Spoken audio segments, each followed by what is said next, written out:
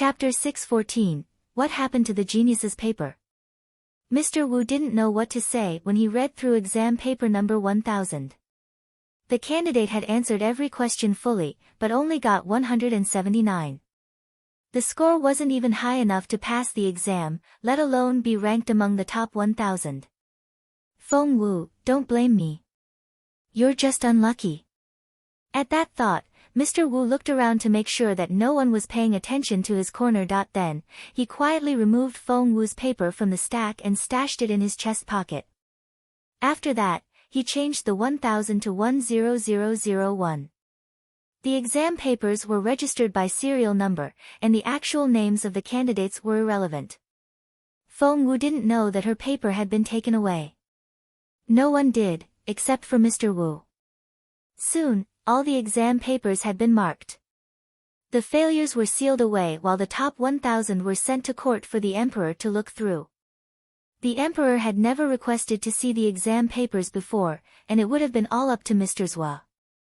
However, this year, His Majesty had sent his personal steward over to pick up the 1000 exam papers. But only Mr. Lu knew about this. The junior teachers such as Mr. Wu didn't have that information. Right now, Mr. Wu was knocking on Mr. Zhua's door with Feng Wu's paper in his pocket. Mr. Zhua frowned, but still let the man in. Mr. Wu hesitated. Mr. Zhua grew impatient. Speak now or get out. Sir, this, Mr. Wu hinted with his eyes. Mr. Zhua was about to kick Mr. Wu out when the latter whispered, Feng Wu. That name was a big taboo in the Zhua family. Go make us some tea. Mr. Zhua instructed his servant.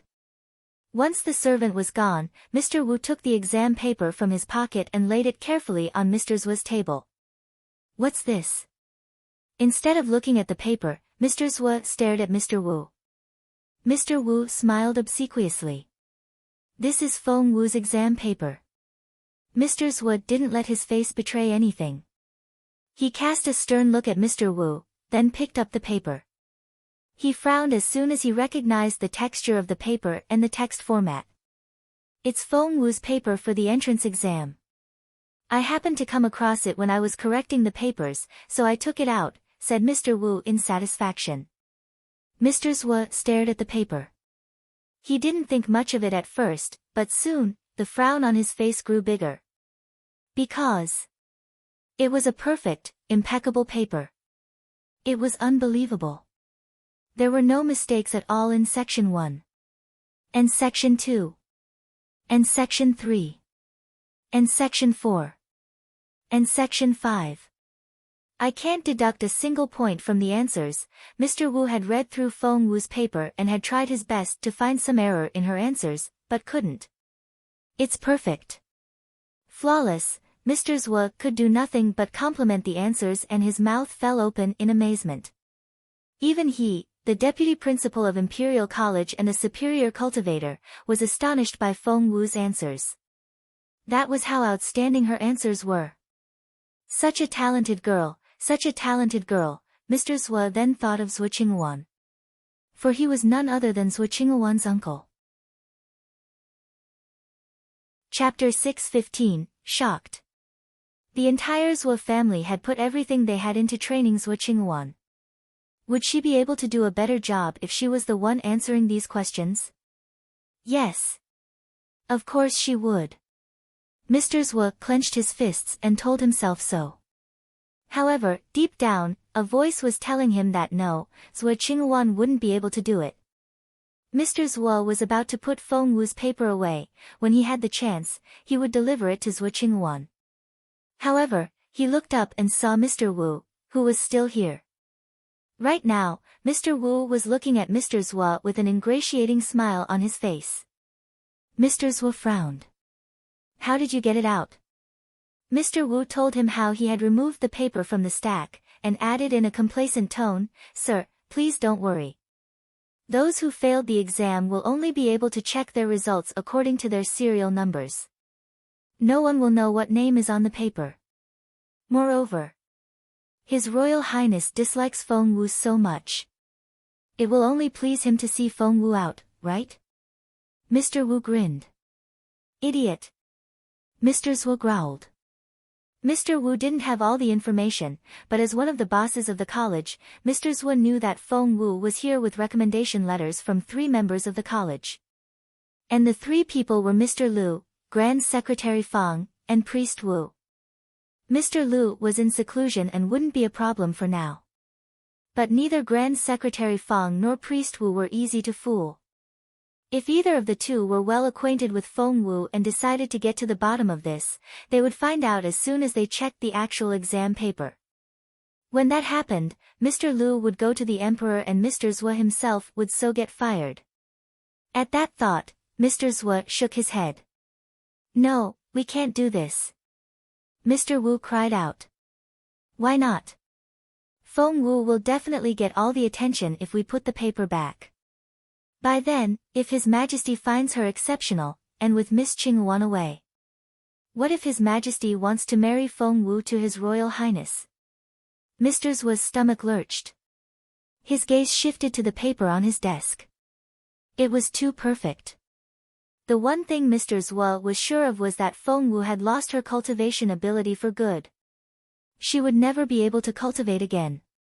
However, she had managed to find another way around this problem by making great achievements in cultivation theory.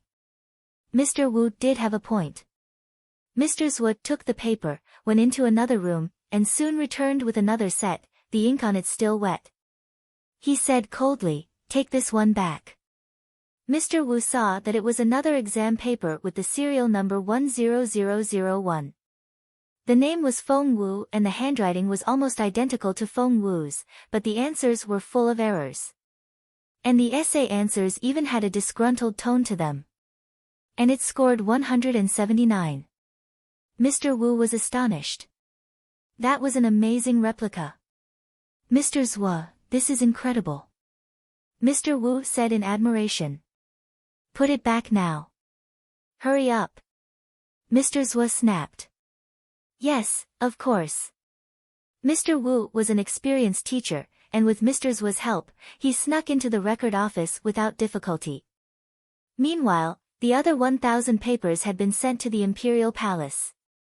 Emperor Wu was commenting on the memorials to the throne when his chief eunuch entered and whispered in his ear, "Your Majesty, the exam papers from Imperial College are here." Emperor Wu hadn't cared much about Imperial College's entrance exam before, but this time, after the reminder Grand Secretary Feng gave him, he had to keep an eye on it. Chapter 616, Such Beauty. Hence, he had all 1,000 sets of the exam paper brought to him, so that he could look for other promising talents. Upon their delivery, instead of reading the exam papers right away, Emperor Wu sent his steward to fetch Grand Secretary Feng first. The Feng Manor. Feng Wu was chatting with Grand Secretary Feng and trying to steer the topic toward the sale of his residence. "Old master, are you really going to sell this house?" asked Feng Wu. Grand Secretary Feng nodded. "But why?" Feng Wu was bewildered. "I'm sure you're not doing it for the money. Why don't you leave it to your children?" Grand Secretary Feng smiled bitterly. "This manor hasn't always been ours, and we were very lucky to receive it as a gift from a man of noble character. My family has lived here ever since, but after studying it for so many years, I still can't figure out its secret. It's time to hand it over to the next special person." "Study it?" Feng Wu narrowed her eyes. Was it possible that Grand Secretary Feng knew about what was going on under the manor as well? Grand Secretary Feng smiled helplessly. "Yes, there is a big secret buried in this manor, but no one has figured it out yet." After some thought, Grand Secretary Feng sighed again. According to the mysterious seller, if the Feng clan isn't able to figure out the secret in 100 years, we have to sell the manor to someone else. Otherwise, the whole clan will die out. "I didn't believe it at first," Grand Secretary Feng smiled bitterly. "But my clansmen have been dying in the past few years. My wife, my daughter. I'm the only one left in this family." Grand Secretary Feng's face was full of pain. "If I don't sell the house now, Xian Yi might get involved and could get hurt." Feng Wu was about to say something when hasty footsteps came from outside. Master, master, we have a visitor from court. Soon, the chief steward was led into the room. He smiled at Grand Secretary Feng. Master Feng, please come with me. His Majesty asked for you. Grand Secretary Feng asked, is it about Imperial College's exam? The chief steward wasn't at liberty to reveal any information, but he still dropped a hint. The papers have just been delivered. Grand Secretary Feng took the hint right away. The chief steward turned around and smiled at Feng Wu. Oh my, may I ask who this beautiful girl is? She looks amazing. Master Feng, is this your granddaughter? Grand Secretary Feng smiled. I wish. Master Wang, you've met this girl before, when she was little. I have. Anyone who served the emperor was anything but mediocre. The chief steward had a very retentive memory and could remember all the faces he had ever seen. However, after searching his memory, he gave Grand Secretary Feng a wry smile.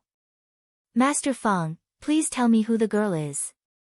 Grand Secretary Feng smiled as he walked out. Grand Secretary Feng, the chief steward asked again once they were outside. Feng Wu.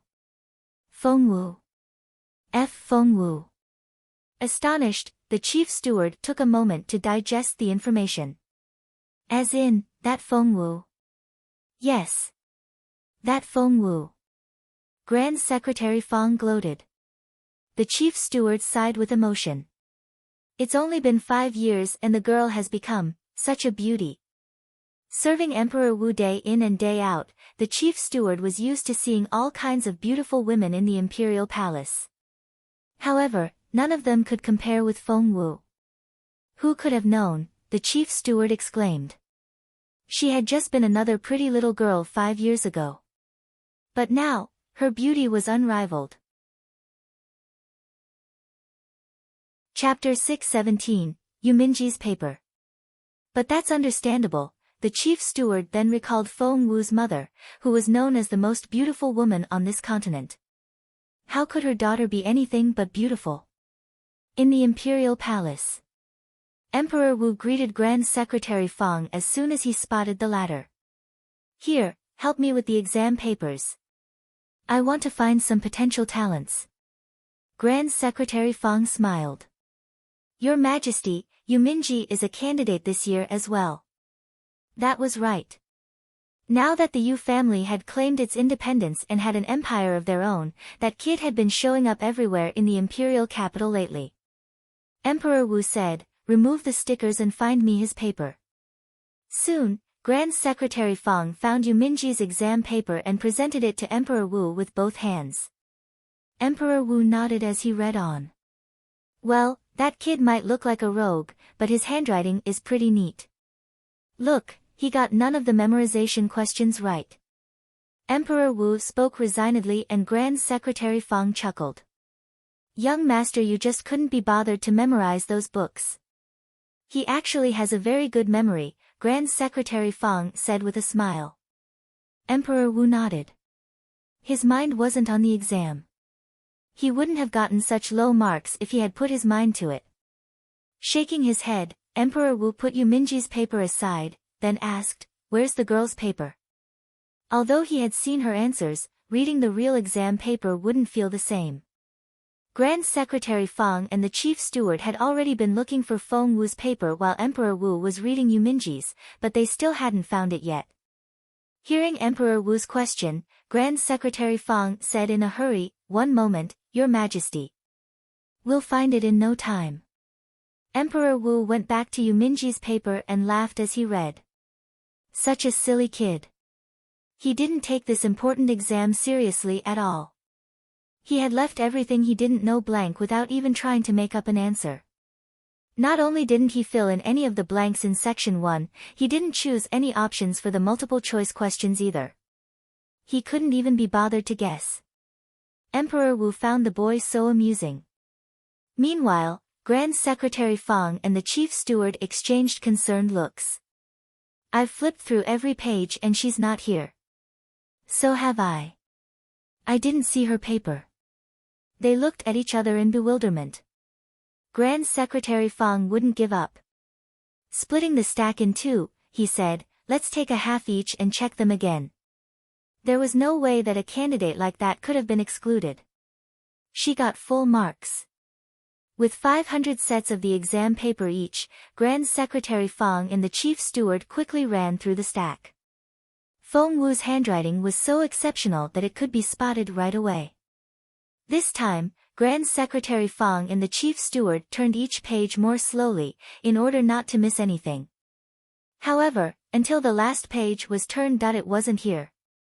Grand Secretary Fang's face darkened. The chief steward found it odd as well. The chief steward had read the exam paper while standing by the emperor's side when Grand Secretary Fang brought it in earlier. His Majesty and Grand Secretary Fang had lavished the answers with compliments, making Miss Feng Wu sound like a fairy. Emperor Wu had finished enjoying Yu Minji's paper and prompted, quickly, bring me little Feng Wu's paper. I need the refreshment. Xiao Yu's paper is a joke. Your Majesty, Grand Secretary Fang looked at Emperor Wu strangely. What? Emperor Wu raised his head and saw the odd looks on Grand Secretary Fang's and the chief steward's faces. He rose to his feet. What's wrong? Chapter 618, How clever can that girl be? Comment. Grand Secretary Fang couldn't hold back his anger. Xiao Wu's paper isn't here. What? Emperor Wu was shocked. That was impossible. If Grand Secretary Fang was telling the truth and Feng Wu really had written down those answers from memory, she could get nothing but full marks, which would shock the entire empire. The first candidate with full marks in history. The emperor himself had put all the memorials aside just to read her paper, but it wasn't here. How is that possible? Emperor Wu's face darkened.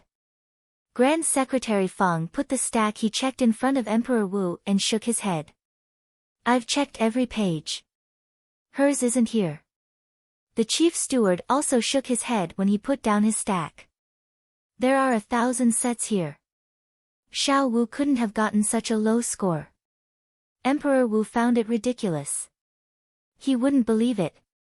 Hence, the emperor himself began to read each page in turn. The exam papers were put together from the highest mark to the lowest. The one on the very top belonged to a teenager named Ning Chenxi, who scored 250. Such a score would have made him first in the previous year. However, after reading Feng Wu's answers, Emperor Wu found Ning Chenxi's answers nothing special at all.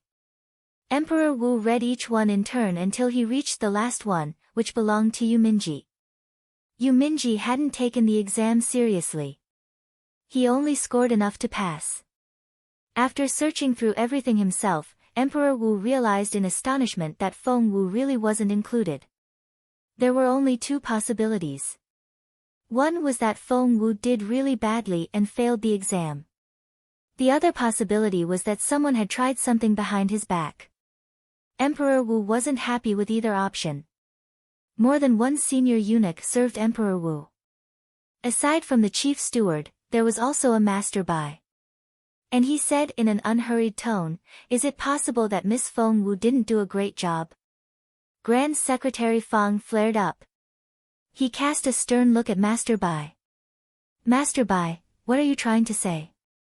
Are you accusing me of lying?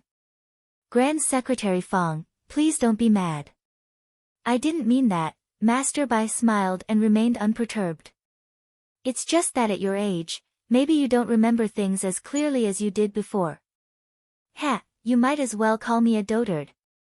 Grand Secretary Fang smirked. Luckily, Feng Wu had stuffed some papers in his pocket before he left for the imperial palace, or he would have had no proof now. Grand Secretary Fang's stomach lurched when he remembered that. Had the girl given him her previous exam papers because she had anticipated this? But how? Was it because he had told her that Mr. Liu had gone into seclusion and Mr. Zhua was the acting principal at the moment? Exactly how clear-minded was this girl, to be able to have such forethought? Meanwhile, Emperor Wu was staring at Grand Secretary Feng and he was getting suspicious. Master Bai tried to aggravate that suspicion. Grand Secretary Feng, it's only common sense that Miss Feng Wu can't be that perfect. Did you dream everything up? Emperor Wu found Grand Secretary Feng even more dubious. For he trusted Master Bai a lot. And Grand Secretary Feng's retirement actually had a lot to do with Master Bai. Therefore. Chapter 619, Feng Wu failed. Neither enjoyed the other party's presence. Grand Secretary Feng stared at Master Bai. What if I can give you proof? I'm all ears, then. I'm very curious myself about what kind of wonderful young woman Miss Feng Wu has turned into. Your Majesty, I'm very doubtful on this point. Master Bai smiled. Grand Secretary Feng snorted, took out a stack of exam papers, and put it on Emperor Wu's table. Your Majesty, please have a look. What are these? Emperor Wu narrowed his eyes. Grand Secretary Feng said, this is Feng Wu's first go at the exam paper 7 days ago. Emperor Wu picked up the first one, which had the same handwriting as the one Grand Secretary Feng showed him earlier. However, quite a few marks had been deducted. She only got a little over 200. Emperor Wu frowned. Yes. Your Majesty, please turn to the next page, Grand Secretary Feng said with a smile. I've been giving Xiao Wu an exam paper every day, and she made unbelievable progress. Emperor Wu checked the second exam paper and saw that Feng Wu scored 230. The third set, 240. The fourth set, 250. And she scored 290 in the ninth set. Emperor Wu looked at Grand Secretary Feng in bewilderment. This is. Her speed of progress is marvelous, isn't it? Grand Secretary Feng sighed with emotion. In those 7 days, Xiao Wu memorized all 1,000 books from the must-read list and read 10,000 extracurricular books. That's why she was able to do better in each paper and at such an amazing speed. Emperor Wu was rendered speechless. I don't buy it. Master Bai's voice dripped with acid. No one can memorize that much in 7 days, normal people wouldn't even be able to finish turning all those pages. Grand Secretary Feng, you're just exaggerating. Grand Secretary Feng really wanted to kick Master Bai's ass now. He smirked. Speak for yourself. What do you know about Xiao Wu? Why do you think she was able to get full marks? Well, we don't know how reliable that claim is yet, Master Bai said sarcastically. Emperor Wu frowned. He had to get to the bottom of this. Grand Secretary Feng threw a dirty look at Master Bai, then turned to Emperor Wu. Your Majesty, may I go to Imperial College now to fetch Xiao Wu's exam paper? Emperor Wu nodded. Master Bai, go with Grand Secretary Feng. Yes, Your Majesty. Master Bai then went to Imperial College with Grand Secretary Feng. At the same time, the list of the top 1,000 candidates had already started to get around. After all, His Majesty had seen the exam papers already. The information was leaked. The Feng clan. What? I got in. Feng Lu, who was bedridden with a bad cold, jumped to her feet and was overwhelmed with excitement. I'm in. I passed the written exam. Ha ha ha ha. I really did. Yes, Miss Lu. Kaiyue, Feng Lu's chambermaid, whispered in her ear, Miss, the list is for sale already and it's really expensive. Young Master Feng bought a copy with 100 bronze coins. Show me. I want to see it. Thrilled, Feng Lu snatched the list out of Caiyue's hand. She began to look for her name from the top down. And she finally found it at the bottom of the list. Ha ha ha ha. I'm the 1,000th. Feng Lu was elated. Didn't Feng Wu take the exam as well? Is she in? Chapter 620, Xiao Wu must have full marks. When it came to Feng Wu, Feng Lu was in fact intimidated by this sister of hers despite her apparent contempt. That was something that had been ingrained into her when she was little. Feng Lu quickly went through the names. Feng Wu wasn't on the first page. Or the second page. Or the third. She read all the way down to the 10th page. And the 999th name was Yu Minji. Is this list the real deal? Because of the cold, Feng Lu didn't feel very well. However, she jumped out of bed after looking through the list and grabbed Kaiyue in excitement. Is it real? Is it? The young master brought it back himself. It has to be. Ha ha ha, ha ha ha ha. Feng Lu was so excited that she looked insane. She was crying and laughing at the same time. Even Lady Wang heard the noise and came in a hurry to check up on Feng Lu. Mother, ha ha ha, look at this list. Feng Lu said in an agitated tone. Look. The list is out. Lady Wang took the list and began to look through the names. Her eyes lit up when she reached the bottom. Xiao Lu, you're the 1000th. That was enough to get Feng Lu into one of the finest classes in Imperial College, where she would be able to enjoy a lot of resources. Mother, I still have to get through the physical tryout. Feng Lu sounded very pleased. Wait a minute. Lady Wang cried out in surprise. Feng Wu isn't here. Lady Wang thought the same as Feng Lu. No matter how much contempt they displayed toward Feng Wu, they were secretly on guard against her, for she had been simply too talented before. That was until they read that list. Lady Wang and Feng Lu let out breaths of relief in unison. The weather is really nice today. Do you want to take a walk? Lady Wang proposed. Of course. Feng Lu said in excitement. And naturally, they headed for Feng Wu's Fallen Star Yard.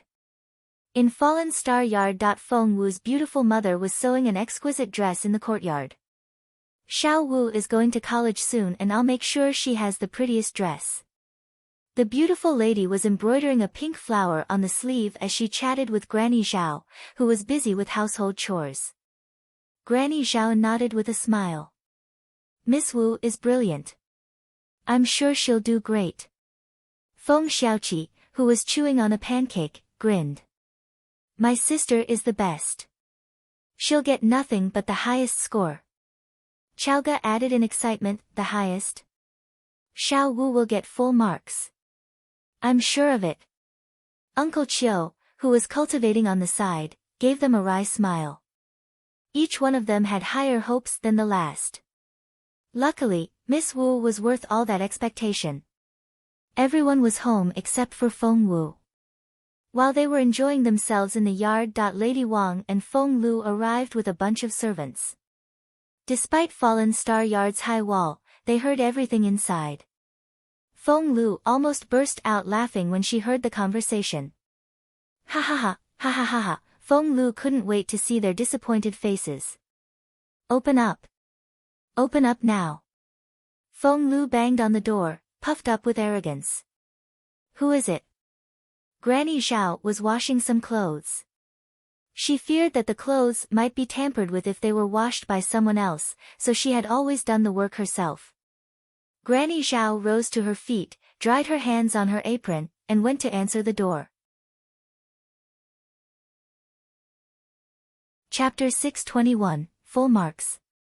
The first. Miss Lu. Granny Zhao stiffened when she saw Feng Lu. When she spotted Lady Wang behind Feng Lu, she wanted to stop them at the gate. However, Feng Lu didn't give her that chance. Feng Lu gave it a shove and Granny Zhao stumbled back. Instantly, everyone inside the yard turned to look in that direction. Feng Lu. Duan Chaoge was the first to stand up and glare at Feng Lu. Feng Xiaoqi and the others rose to their feet as well and were all alarmed, as if enemies had just stepped into their home. Oh my, is everything alright? Calm down, do calm down. We're all family here. Now, please take a seat and let's chat. Lady Wang smiled. She decided that she was going to get back at these people for everything they had put her through outside Imperial College before the exam started. Hence, she asked everyone to sit back down. Kindness doesn't suit you. Shielding the beautiful lady with her own body, Chaoga glared at Feng Lu and Lady Wang. You're not welcome here. Get lost now. You'll be in so much trouble when Xiao Wu gets back. Chaoga knew that Feng Wu's top priority was to keep her mother safe. Hence, she had to protect the beautiful lady from all harm. Oh my, I was wondering who that voice belonged to. So, it's you, Duan Chaoga. Duan. Chao. Gu. Aren't you from the Duan family? Who are you to point your finger around in my home? Who gave you the right? Go back to your own home now. Feng Lu said in a harsh tone. Anyone else would have been so abashed by now, but not Chaoga. She shoved Feng Lu with rage. Who am I? I'm much closer to Xiao Wu than you are. Who the hell are you to say those things to me? You. Feng Lu was furious. To make it worse, Feng Xiaoqi stepped out and glared at Feng Lu. You're not welcome here. Go away. Feng Lu was so mad she thought that she was going to lose her mind. Read more chapter on VIP novel. Calm, however, she smirked all of a sudden. Feng Xiaoqi, what makes you think you can be so arrogant? Do you really think your sister will be going to Imperial College? In her dreams. To Feng Xiaoqi, his sister was the best and no one was allowed to say otherwise. He could live with Feng Lu insulting him, but he wouldn't let the woman say anything bad about his sister. Feng Xiaoqi exploded right away. My sister isn't going to Imperial College? Ha! I'm telling you, not only will my sister be going to Imperial College, she's going to get in as the top student. Duan Chaoga rested her hands on her waist. And she's going to get full marks as well. Exchanging looks with Lady Wang, Feng Lu couldn't control herself anymore. Ha ha ha ha ha, oh god, ha ha ha. Seeing that Feng Lu was cracking up, Feng Xiaoqi was infuriated. Stop laughing. It was as if they had told her a joke. Ha ha ha, the top student. Full marks. Ha ha ha, Feng Lu laughed so hard that she could barely stand still. That's just so funny, ha ha ha. Feng Xiaoqi flared up. Get out. Get out now. Ha ha ha, Feng Lu laughed until she was in tears. She took the unannounced list from her chest pocket and tossed it at Feng Xiaoqi. Here's the list that's been going around. Try to find your sister's name on it. Feng Xiaoqi didn't want to do as told, but he was too curious. In the end, he slowly unfolded it. Chapter 622, Splendid. Feng Xiaoqi read the list from the first name to the last and his face darkened. What's wrong? Seeing the look on Xiaoqi's face, Chaoga went up to him. And she was surprised by the list as well. Where's Xiao Wu? Chaoga almost jumped to her feet. Why isn't Xiao Wu on it? Feng Lu guffawed. Why should her name be there? She was never going to get in. Bullshit. Chaoga was furious. There's no way that Xiao Wu failed. But she's just not on the list. Feng Lu shrugged smugly. With a tearing sound, Chaoga ripped the list in half. It's fake. Feng Lu went wild. How dare you tear it up? I'm gonna kill you. At those words, Feng Lu raised a hand and tried to slap Chaoga. Chaoga smirked. I'd like to see you try. Chaoga was as capable as Feng Lu now, if not better. Grabbing Feng Lu by the wrist, Chaoga was going to throw Feng Lu out. Lady Wang wouldn't let that happen. With a wave of her hand, all her servants rushed at Chaoga. Feng Xiaoqi realized that they would soon be outnumbered. An idea then struck him. Grabbing Chaoga, they backed away onto the stairs. What happened next was quicker than words could describe. Feng Xiaoqi smashed a glass bottle in a corner to pieces. His sister told him that she had set up a protective formation in this courtyard and that the glass bottle was the trigger. At the smashing sound, Feng Lu saw the clear blue sky suddenly turn overcast as dark clouds began to gather. The even ground became a swamp under her feet. Not only herself, everyone else in the courtyard seemed to be surrounded by the swamp. Ah! Feng Lu screamed all of a sudden. I'm sinking. Ah! There's so much mud. Help me. Help. As a matter of fact, from Feng Xiaoqi's point of view, Feng Lu was standing in a shallow pit about 5 centimeters deep. Lady Wang looked equally flustered. She tried her best to reach for Feng Lu, but they seemed to be worlds apart. Exasperated, Lady Wang waved her arms and cried out, Xiao Lu. Hang on. I'm coming for you. To Feng Xiaoqi, the two of them were only a meter away from each other. Feng Xiaoqi didn't know what to say. Qiaoge was rendered speechless. And the rest of Feng Wu's family was speechless as well. This was amazing. They couldn't believe what they were seeing. In their eyes, all these people were making painful faces and struggling like ducks in a thunderstorm when nothing was actually happening to them. However, Feng Lu and Lady Wang were experiencing something completely different. They really thought that they were in a thunderstorm. The sky was dark, lightning was flashing overhead, and they were being pulled down into the swamp. The sticky mud had risen to their thighs, stomachs, chests. Mom! Help me!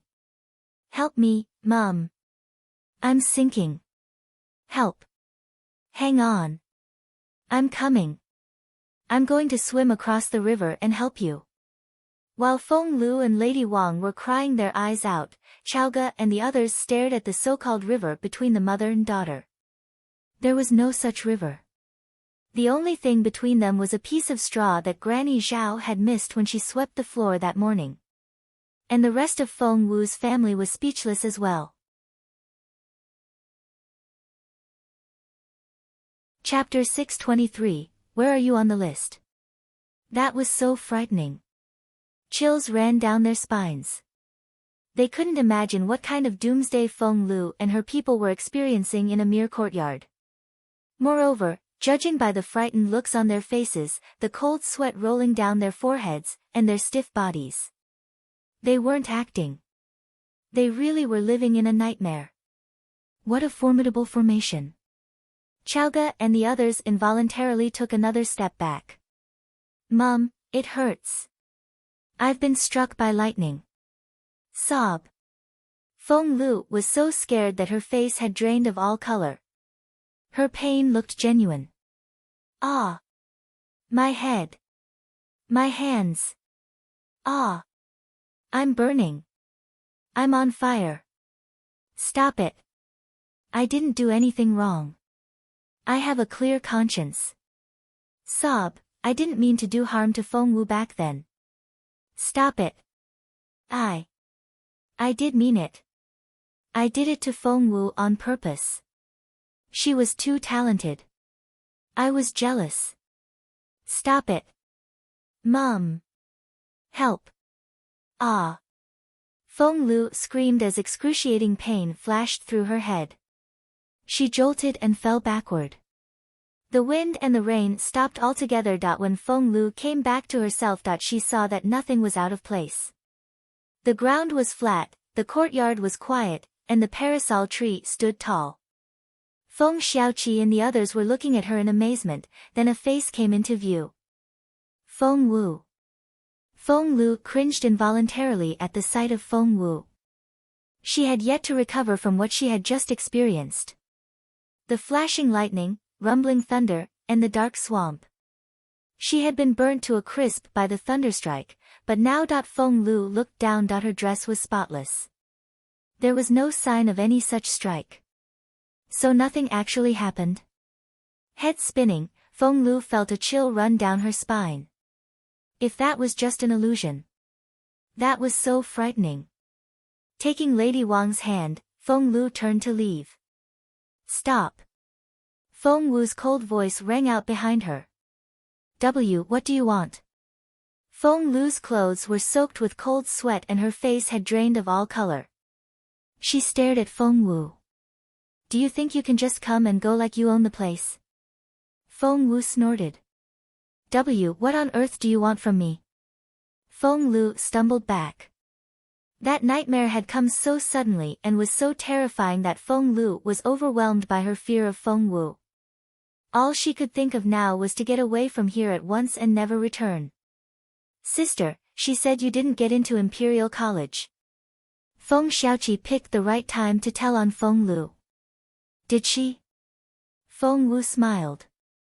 Feng Xiaoqi rushed over to pick up the list that had been ripped apart by Chaoga, then handed it to Feng Wu. Here, sister. She brought this and told us that the results were out. Mum was so upset that she almost cried. Feng Wu cast a stern look at Feng Lu. She almost made her beautiful mother cry. You brought this? Feng Wu slowly went up to Feng Lu. Feng Lu stubbornly stuck out her chest.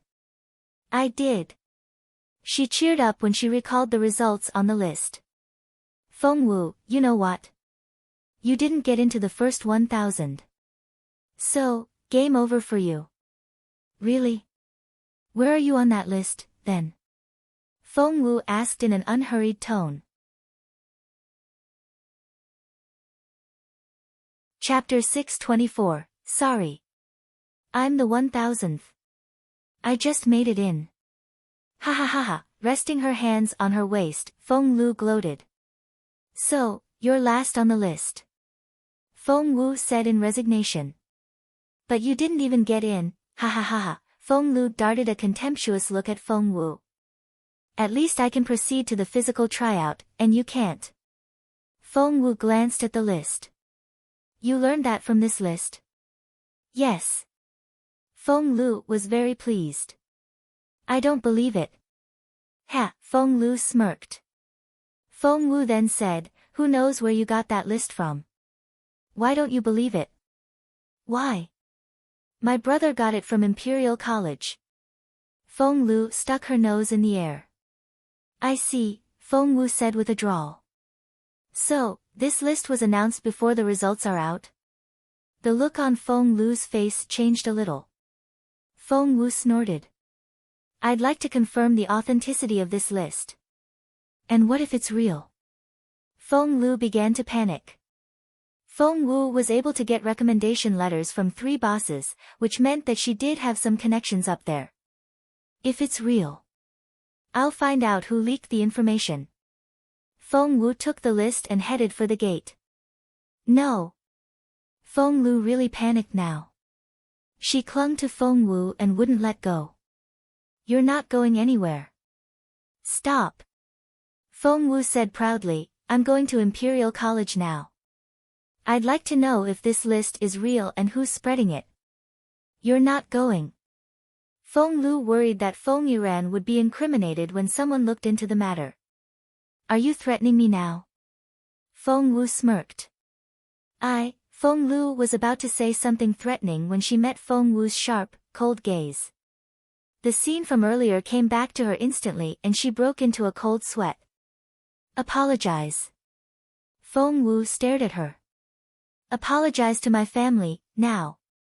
Lady Wang and Feng Lu looked at each other awkwardly. They had come here to scoff at Feng Wu and have a good laugh. But they had to apologize now. No. Then, Feng Wu repeated her intention to go ask around at Imperial College. In the end, Feng Lu mumbled with a long face, sorry. Can't hear it. Sorry. Can't hear it. I said I'm sorry. Can't hear it. Feng Wu, you're doing this on purpose, aren't you? You're making fun of me. And you just figured that out? Feng Wu sneered at Feng Lu. At the same time, Grand Secretary Fang and Master Bai arrived at Imperial College. Since Mr. Lu was in seclusion, Mr. Zhua, the deputy principal, came out to greet them.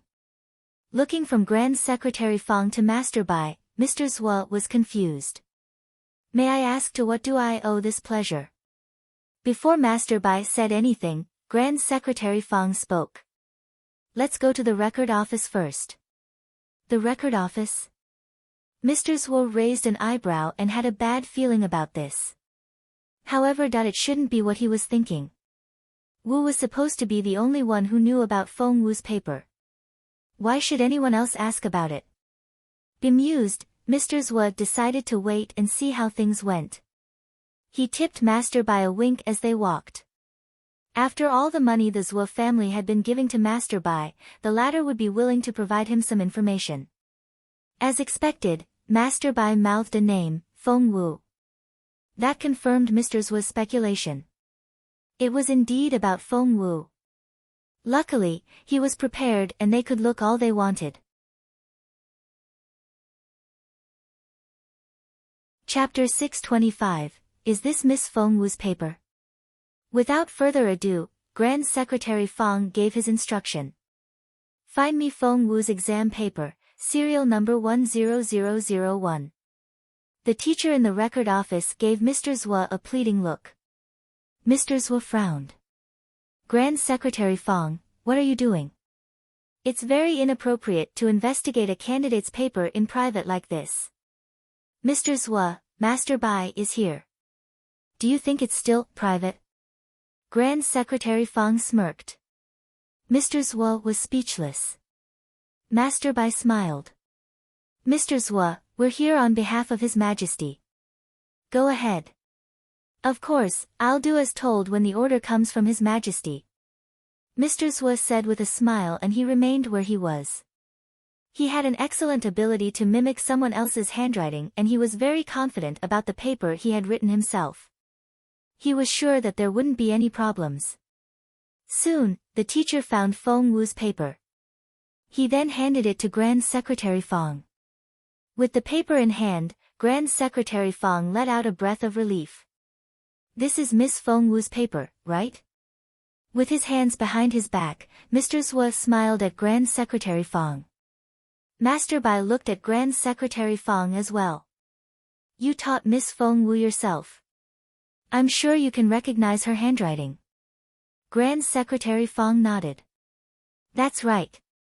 This is. He stopped abruptly and frowned. This wasn't right. One look at the paper and Grand Secretary Fang knew something was off. Feng Wu's paper was perfect. She got everything right. However, there were mistakes in this paper from the third question onward. The fifth question was wrong, and then there were many more wrong answers. Some simple memorization questions were incorrect, which was unacceptable. This is ridiculous. Grand Secretary Fang tossed the paper on the table. There's no way that this is Feng Wu's paper.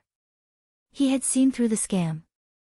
Mr. Zhuo panicked a little, but covered it up soon enough. What's wrong? Mr. Zhuo feigned an innocent voice. Look at the serial number and the name. It's Feng Wu's, isn't it? Master Bai also glanced at Grand Secretary Fang.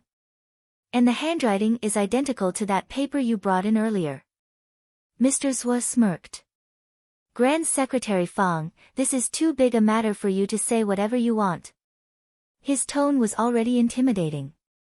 It would do everyone good to just leave it as it was.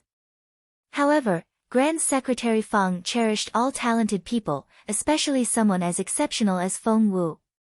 He wouldn't be fooled like this. Grand Secretary Fang snorted.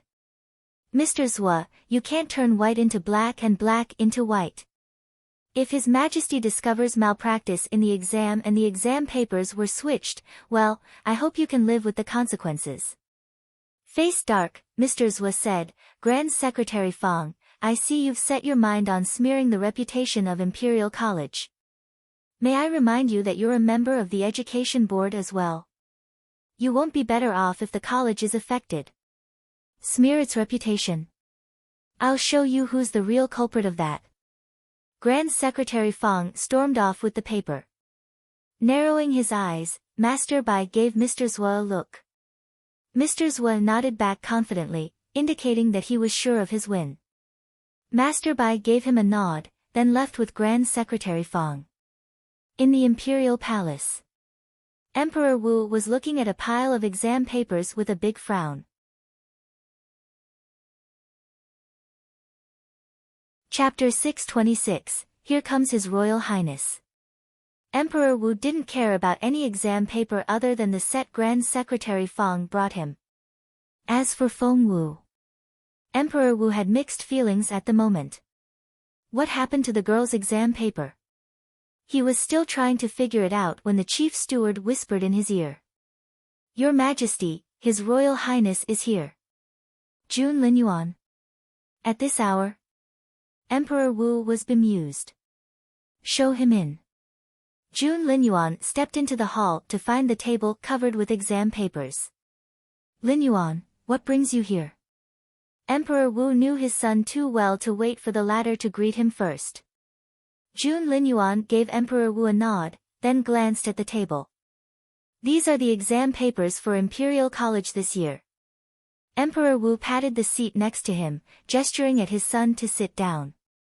The chief steward smiled awkwardly as he observed how the emperor behaved around his son. When the crown prince was around, the emperor reminded one of a mouse facing a cat and didn't dare to step out of line at all. Whereas with his other sons, His Majesty was all stately and authoritative. He just couldn't behave like a proper emperor in Jun Linyuan's presence. He tried to establish his authority a few times when Jun Linyuan was little, but each time, he was defeated by the crown prince's relentless comments and blatant disregard. After a few failed attempts, His Majesty gave up ever trying to intimidate His Royal Highness. Emperor Wu jumped a little when Jun Linyuan sat down next to him. He really did sit as told. Something big must have happened. The kid never showed up here without a good reason. Emperor Wu told the chief steward, put away these exam papers. They're in the way. He then turned to Jun Linyuan. Well, to what do I owe this pleasure? Jun Linyuan kept his gaze on the exam papers that the chief steward tried to gather into a stack. He spotted the one with Feng Wu's handwriting on it right away. Well, Imperial College had their entrance exam the other day and I had the exam papers of the top 1,000 candidates brought here. You wouldn't be interested, would you? No one here is exceptional enough to be mentioned. Emperor Wu put away Feng Wu's paper as he spoke and put it on his other side away from Jun Linyuan. He knew that Jun Linyuan didn't like to see Feng Wu's name or to be mentioned alongside the girl.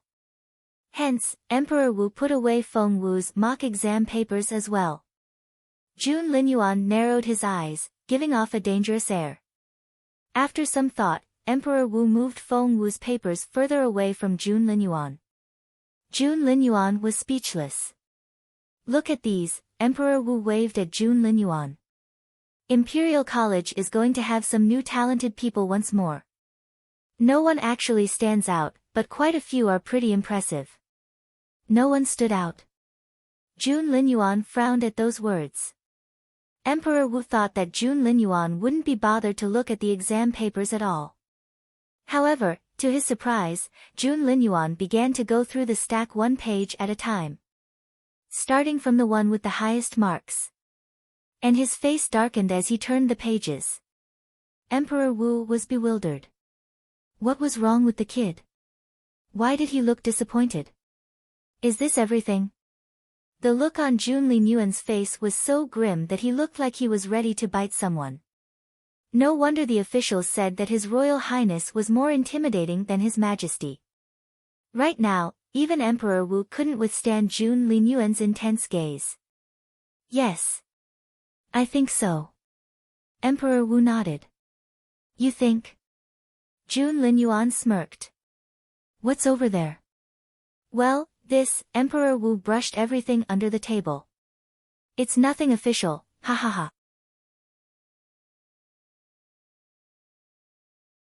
Chapter 627, A Word of Praise for Feng Wu.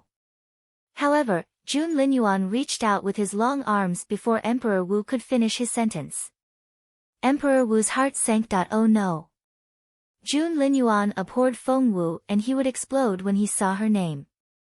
As expected, the look on Jun Linyuan's face changed when he picked up the stack of papers and saw the name on them. Emperor Wu was rendered speechless. Shit. The kid was going to have a tantrum. However, to Emperor Wu's surprise, Jun Linyuan didn't flare up right away, despite his livid face. Instead, he read the answers carefully and looked through the stack page by page. Emperor Wu forced a smile. Oh my, it's not worth reading at all. Here, take these away. The chief steward only took one step forward when Jun Linyuan stopped him with a wave of his right hand.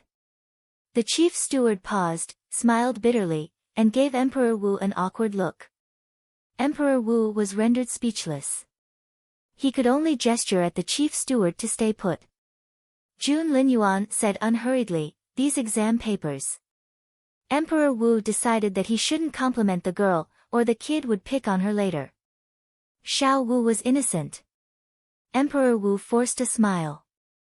Well, she's alright, I guess. Ha ha ha. Jun Linyuan darted a look at Emperor Wu. Alright? Yes. Look, she only got 210. There's nothing special about her paper. Just put it away. Jun Linyuan turned the page, revealing the second exam set. 220.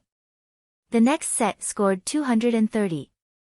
And he turned the pages until the last one, which scored 290. Jun Linyuan glanced at Emperor Wu and casually said, she's alright, you guess? Emperor Wu coughed. You brat. I only said that to please you. I wouldn't have belittled Xiao Wu if it wasn't for you. Feng Wu. Picking up the exam paper with 290 points, Jun Linyuan darted a look at the name, then turned to Emperor Wu. Who's she? Had he forgotten about her? He didn't know who little Feng Wu was. Emperor Wu was elated and waved his hands. She's nobody. Not worth remembering at all. Jun Linyuan said, as in the fifth daughter of the Feng clan. So, you knew all along. Emperor Wu looked at Jun Linyuan in resignation. Yes. Jun Linyuan feigned an indifferent tone. Why is her paper here? Emperor Wu knew that he couldn't keep it from his son. The brat could find out on his own anyway. Grand Secretary Feng brought it to me. Jun Linyuan nodded, as if he couldn't give a damn. She did pretty well. Pretty well. Emperor Wu darted a look at Jun Linyuan in surprise. Less than a handful of people could get such a positive comment from Jun Linyuan. Seeing that Jun Linyuan wasn't mad, Emperor Wu stopped trying to hide his appreciation for Feng Wu. Ha ha ha, she really is pretty good. That handwriting alone is so pleasing to the eye. Emperor Wu grinned. And look at these exam papers. Emperor Wu explained in a proud tone, according to Grand Secretary Feng, Xiao Wu did the first set 7 days ago and the last set was done a day before the entrance exam. She improved from 210 to 290 in 7 days. How amazing is that? Jun Linyuan darted a glance at Emperor Wu and looked pleased. Of course she was amazing. She was his girl. However, he only cleared his throat and said indifferently, fine.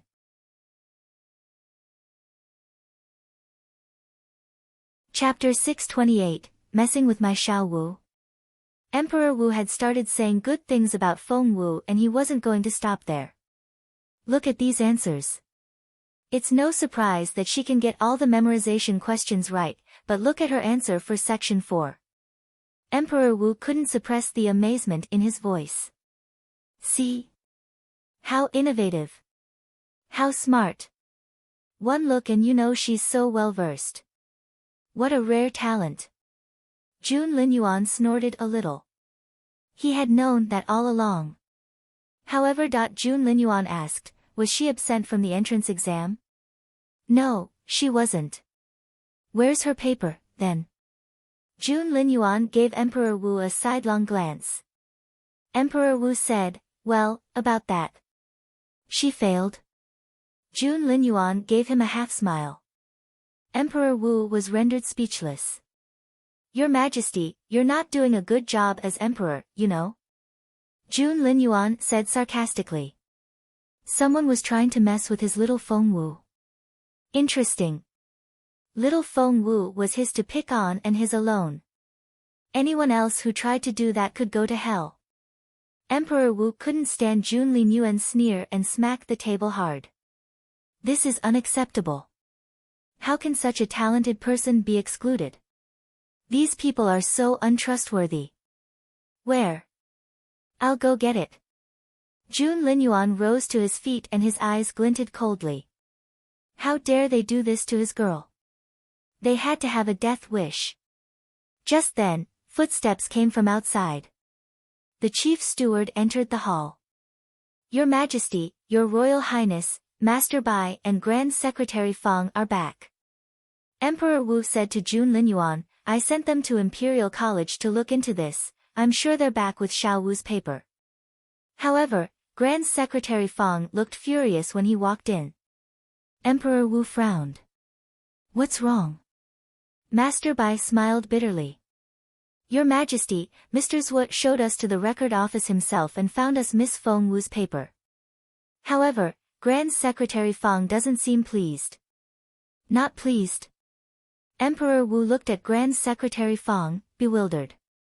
Grand Secretary Fang didn't say a word and only showed Emperor Wu the paper. Picking up the paper, Emperor Wu said, Why, this is Xiao Wu's paper. Look at that handwriting. Those strokes. They're so pretty. However, Emperor Wu frowned as he began to read the answers, for there were so many red crosses on the paper that it looked so shocking. So many errors? That's not possible.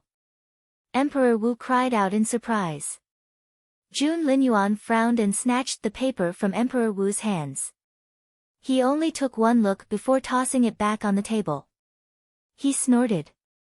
This isn't her paper. Are you sure? Emperor Wu frowned.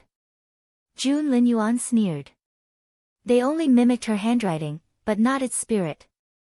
Such a rough replica is just a joke. Luckily, Feng Wu's other exam papers were here and Emperor Wu could draw comparisons between them. The difference was apparent as soon as the two exam sets were put side by side. Emperor Wu's face turned livid right away. Jun Linyuan smirked. Your Majesty, you're doing such a great job running this empire. People are actually trying to fool you with a replica exam paper. You're so getting laughed at. Emperor Wu was already vexed and Jun Linyuan's sarcastic comment only infuriated him further. Smack. He smacked his table hard. I'll have a look myself. Your Majesty, seeing that things were turning south, Master Bai tried to talk Emperor Wu out of it. However, Emperor Wu kicked him away before he could speak. Shut up and get out of my way. Emperor Wu then charged out, headed for Imperial College.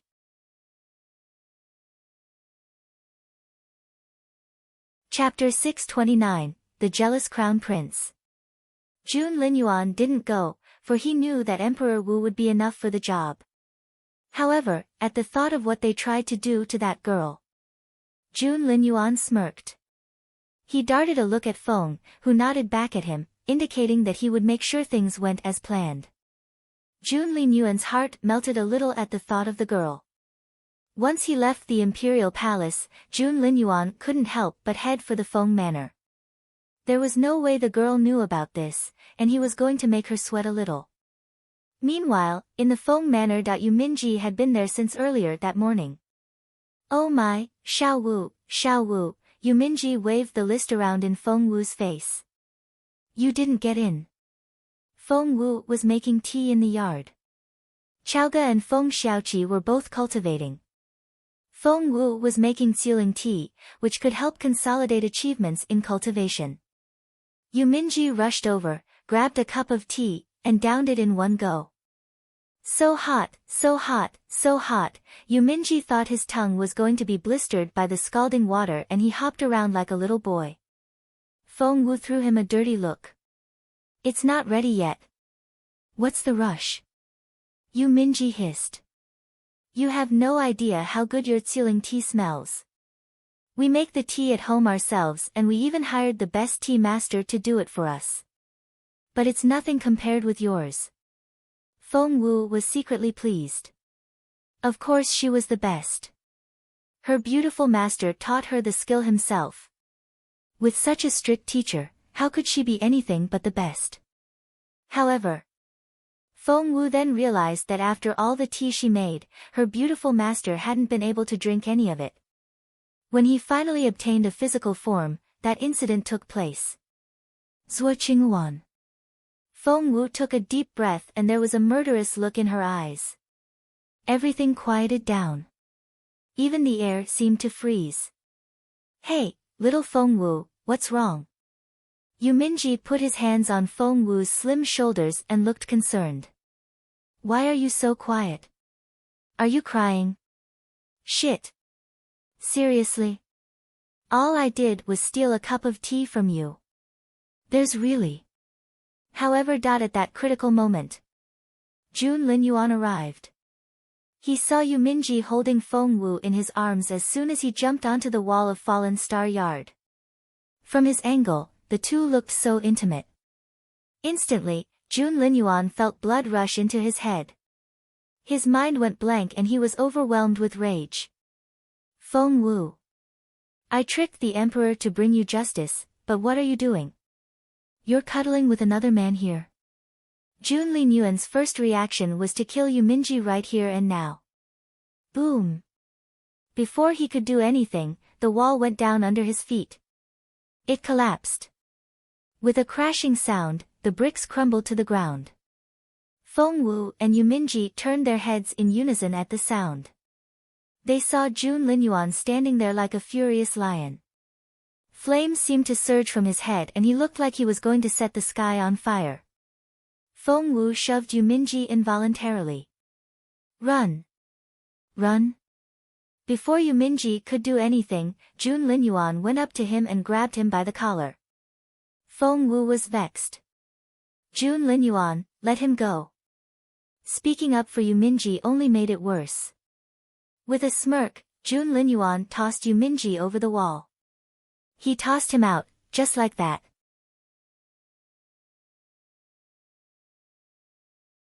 Chapter 630, Pay Back with Your Life. Poor Yu Minji. It was only a few days ago when he was stood up by Jun Linyuan and spent a whole night on a tower in the cold. He ended up catching a bad cold and doing poorly in the exam. He had yet to recover, and now this happened. With a whooshing sound, Yu Minji was tossed out of the courtyard. Feng Wu watched as Yu Minji flew further and further away through the air. She couldn't believe it. Jun Linyuan. What the hell? Have you lost your mind again? Feng Wu glared at him. The crown prince snorted. After everything he had done for her, this was what she did in return. And she was yelling at him. Jun Linyuan was so mad. You want to pass the exam? Forget it. Jun Linyuan stormed off. And he disappeared out of sight almost immediately. Feng Wu was speechless. Less than 3 seconds had passed from Jun Linyuan showing up to his departure. Hence, when Chaoge and the others rushed out, all they saw was the rubble on the ground and the big hole in the wall. Duan Chaoge stared in shocked silence. Feng Xiaoqi didn't know what to say. Everyone stared at Feng Wu in bewilderment. Qiuling asked, Miss, what happened? Was someone here? Feng Wu rubbed her forehead. What did Jun Linyuan mean by that? She might actually fail the exam if he stuck his nose in it. However, her exam result was directly related to the broken star piece, which in turn, was the only chance of saving her beautiful master. Feng Wu had never felt so agitated. Jun Linyuan left the Feng manor with a livid face and in a foul mood. Walking behind Jun Linyuan, Chang San didn't dare utter a word, seeing how infuriated his master was. Bang! Jun Linyuan kicked the door to Mr. Zhu's office open. Everyone inside turned their heads in his direction, astonished. Emperor Wu had arrived at Imperial College earlier in a threatening manner. Seeing that the emperor had come all the way here himself, Mr. Zhu's stomach lurched. He had a bad feeling about this. Had he bitten off more than he could chew? Emperor Wu glared at Mr. Zhu as soon as he walked in and cut to the chase. You have 1 minute to hand over Feng Wu's paper, or there will be consequences. Your Majesty, Mr. Zhuo dropped to his knees and tried to explain, but Emperor Wu only waved him off.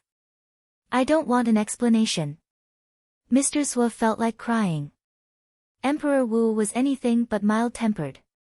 Starting off his career as a military man, he was known for his decisiveness and relentless stratagems. He had only stopped executing people as frequently after he got older, which made him seem more approachable than he really was.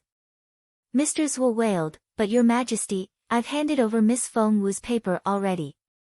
Where am I supposed to find another one? Emperor Wu smirked, then smacked the replica on Mr. Zhuo's face. Zhuo he. Do you seriously think you can fool me with this? The paper hit Mr. Zhuo on the face, then fell to the floor, landing right in front of Mr. Zhuo. Mr. Zhuo took a glance and his heart skipped a beat. It was the paper he had written himself. His Majesty had seen through it. Mr. Zhuo's pupils contracted and he was so nervous. Damn it! How could His Majesty have realized it? Was His Majesty just probing, or did he have any actual proof? Your Majesty, this is Miss Feng Wu's paper. Mr. Zhuo decided to stick with his plan. Please have a look at the serial number. It's 10,001. And there's the name. Emperor Wu only smirked.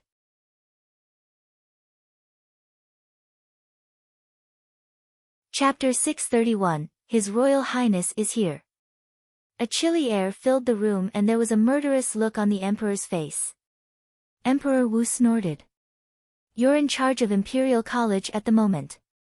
So, if you can't find me that paper today, I'm going to hand Feng Wu your head on a plate. Mr. Zhuo drew in his breath. He didn't realize that it would be this serious. Stealing a look at Emperor Wu, he saw that the latter looked like he was out to kill. The Emperor wasn't joking. Mr. Zhuo was very conflicted. The paper was sitting in his chest pocket. Should he hand it over now? Emperor Wu sneered at him. Nothing is going to happen if you find that paper. Otherwise, Zhuo he, I'm going to give your head to Feng Wu as compensation. Mr. Zhuo felt like crying. How could it be so serious? Why had it turned into a life-threatening matter? What Mr. Zhuo didn't know was how Jun Linyuan had taunted the Emperor earlier in the Imperial Palace. Emperor Wu felt so humiliated. To make up for it, the Emperor had made up his mind to get to the bottom of this. Your Majesty, may I go look for it? Emperor Wu looked at him with an impassive face. He wouldn't have been so bossy if Mr. Lu were here. No, Mr. Lu would never have let such a thing happen.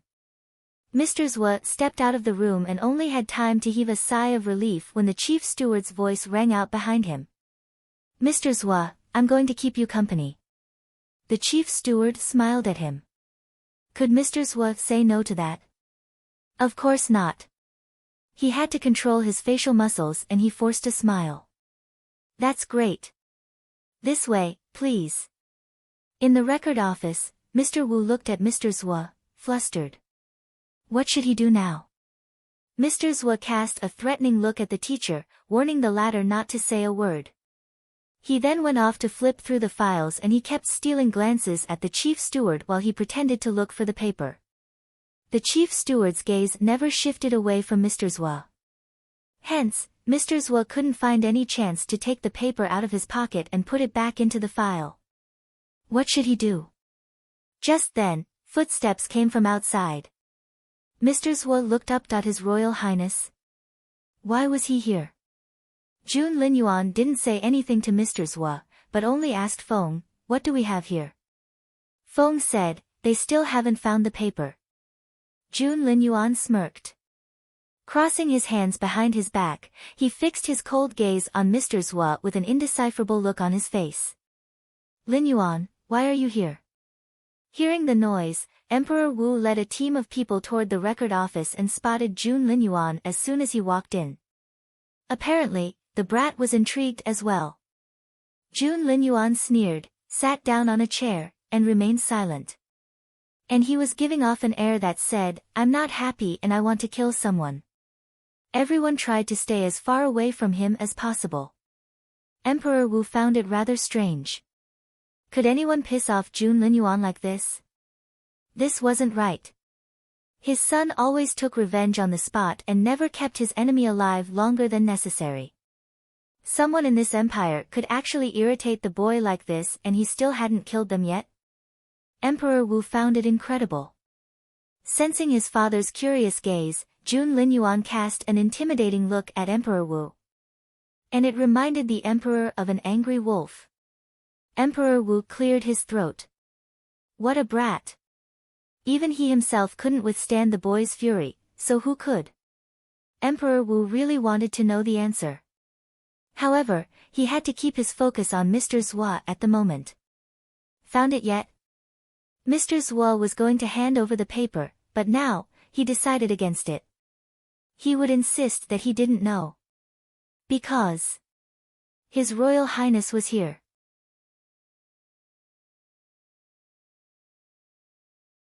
Chapter 632, Whose Side is His Royal Highness on?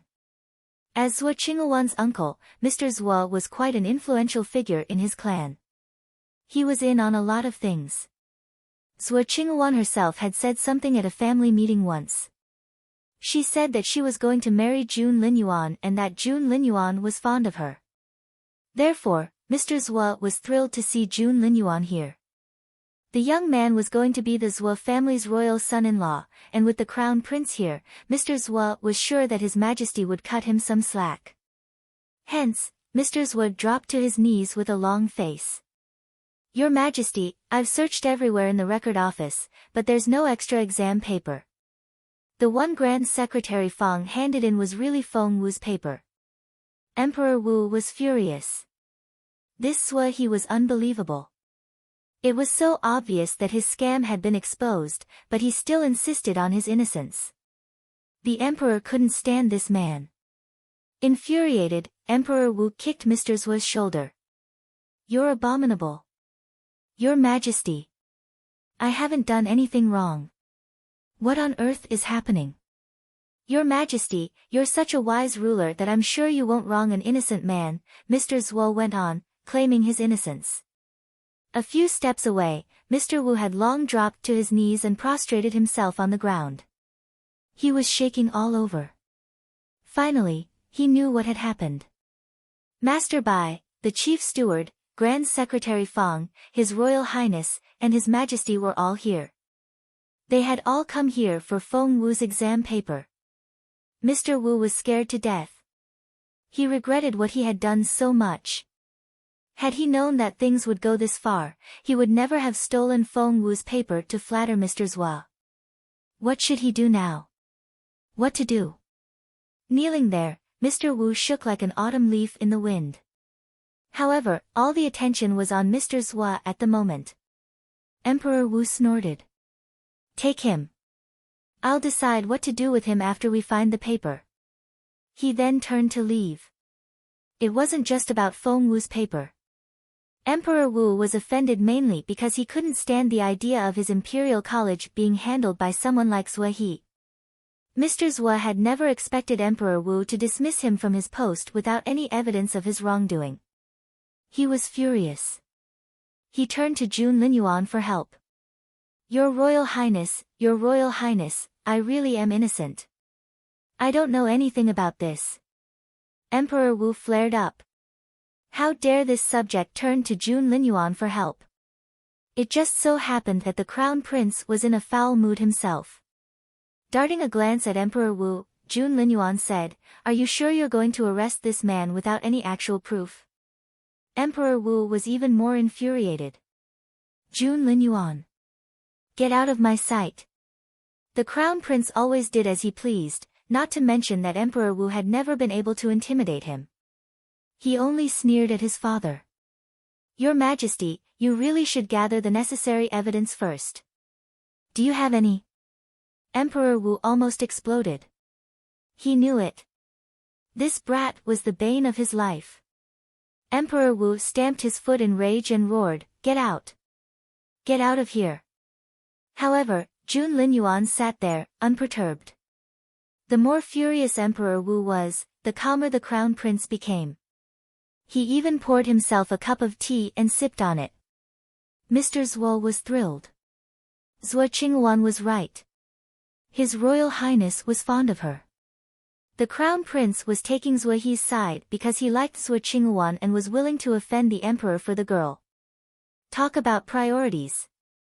Despite his excitement, Mr. Zhuo kept it to himself and still had that miserable look on his face.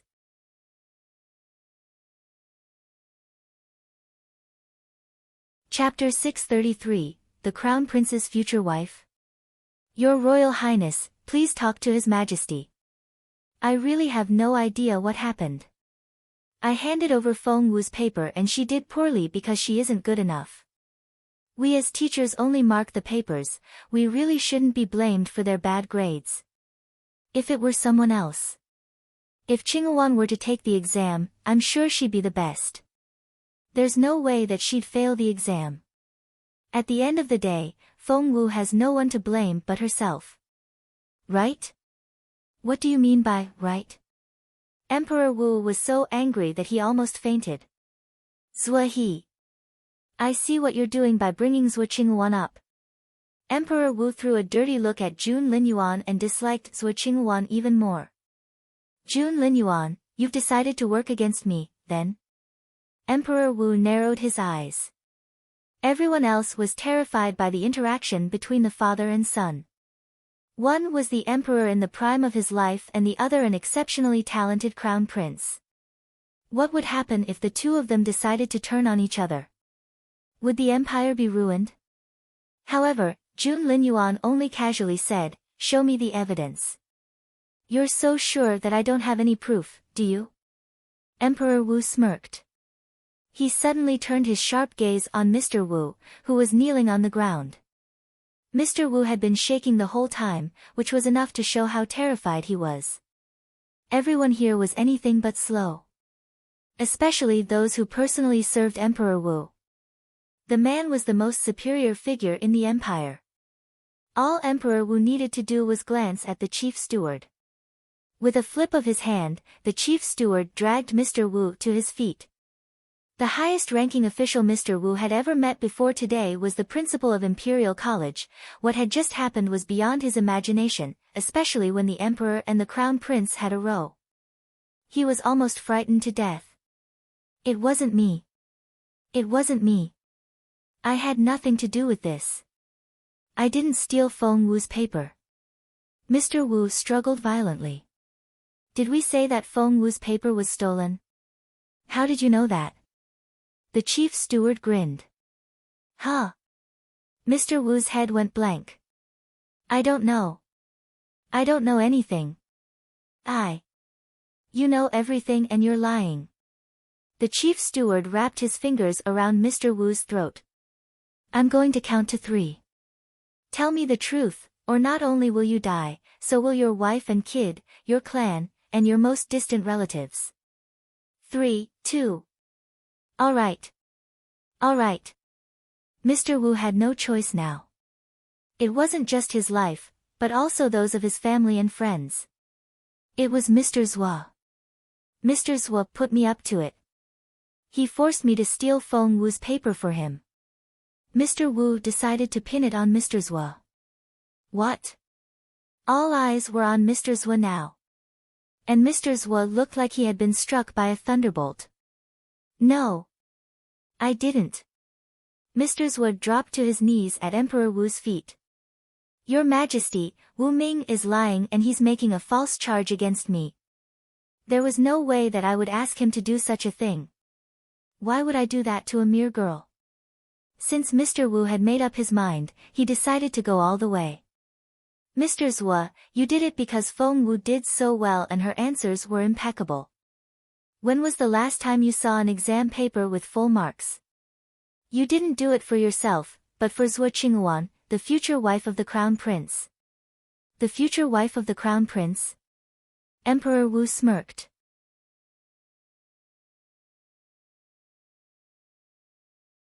Chapter 634, My Xiao Wu. Zhuo Qinghuan was the future wife of the crown prince? Said who? Emperor Wu threw a dirty look at Jun Linyuan. Jun Linyuan was utterly bemused. Mr. Zhuo was so vexed. Little did he expect that Wu Ming would become his doom. He wanted to charge at the man, but somehow, Feng had blocked his way and he couldn't get to Wu Ming. Mr. Wu spoke fast and all his accusations poured out. Mr. Zhuo, you had me remove Feng Wu's paper from the file. She got full marks, but you took Feng Wu's paper to stop her from getting famous again. Then, to cover your tracks, you mimicked her handwriting and made a replica of her paper, which only scored 179, and so was excluded from the top 1,000. You thought no one would find out, but you were wrong. His Majesty is wise and is in need of talented young people, so he looked into it. One can never cover their tracks completely, Mr. Zhuo. You still have Feng Wu's paper on you. I bet you haven't sent it to Zhuo Qinghuan yet. Hand it over to His Majesty and confess your crime. You.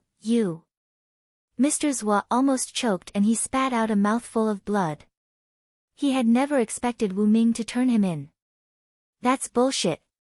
You're making things up. You came to me with Feng Wu's paper and you. Mr. Zhuo was so angry that he couldn't think straight anymore. He said that aloud. And he regretted it as soon as he said it, but it was too late. Mr. Zhuo stood there, his head spinning. He didn't know what to do. Emperor Wu snorted. Zhuo he. How dare you claim your innocence after everything you did? Am I a fool to you? The more Emperor Wu thought about it, the angrier he felt. He wanted to kill Zhuo he himself. Terrified, Mr. Zhuo knelt down and shivered. Jun Linyuan was his only hope now. Your Royal Highness, Mr. Zhuo crawled to Jun Linyuan's side. Wu Ming did it. I really had no idea. Please help me, for Qinghuan's sake.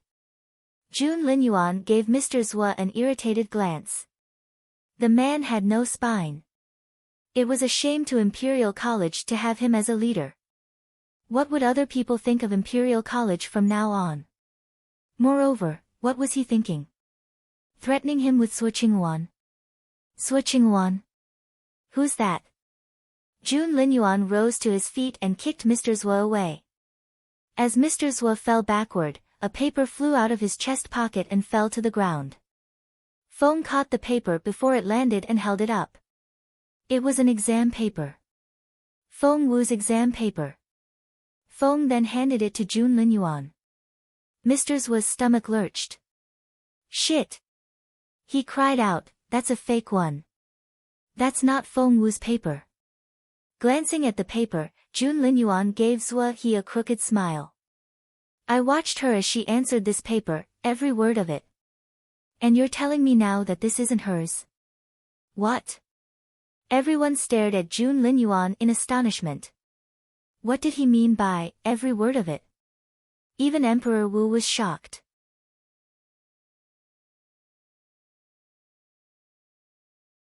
Chapter 635, the results will be out today.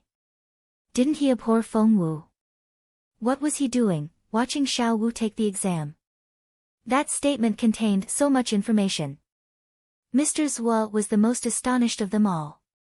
He had genuinely believed that the Crown Prince would treat him differently because of Zhuo Qinghuan. Your Royal Highness, Zhuo Qinghuan. Jun Linyuan sneered. Who the hell is Zhuo Qinghuan? Mr. Zhuo felt as if he had been stabbed in the chest. Who the hell was Zhuo Qinghuan? Who the hell? That was the worst news for the Zhuo family. His Royal Highness didn't seem to like Zhuo Qinghuan at all. The following day, Feng Wu jumped over the wall first thing in the morning. Old Master Feng, Feng Wu called out in an excited voice. Every morning after breakfast, the old man would take a walk in the courtyard. Feng Wu jumped out of the dry well at that moment and it made Grand Secretary Feng jump a little. You naughty kid, Grand Secretary Feng said grumpily. What are you doing hiding in that well at this early hour? Feng Wu grinned. The spiritual essence is really dense down there and it's good for my cultivation. You're making things up. The old man wouldn't believe her. Feng Wu took the old man's arm, still grinning. I'm not. Check this out. She put away her concealing jade. The old man's eyes lit up. He realized that Feng Wu was, how can that be? The old man was shocked by Feng Wu's cultivation level. You're a level 5 spiritual grandmaster already. Feng Wu nodded with a smile. The old man had a hard time digesting the news. But you were a level 4 only a few days ago. It was so unfair. Not only could she do well in an exam, she also made such quick progress in cultivation as if she had wings. To be honest, of all the talented people the old man had met over the years, he had never seen anyone like Feng Wu. Feng Wu giggled, feeling very pleased with herself. How did you do it? The old man didn't know what else to say. The kid was born to make other people jealous.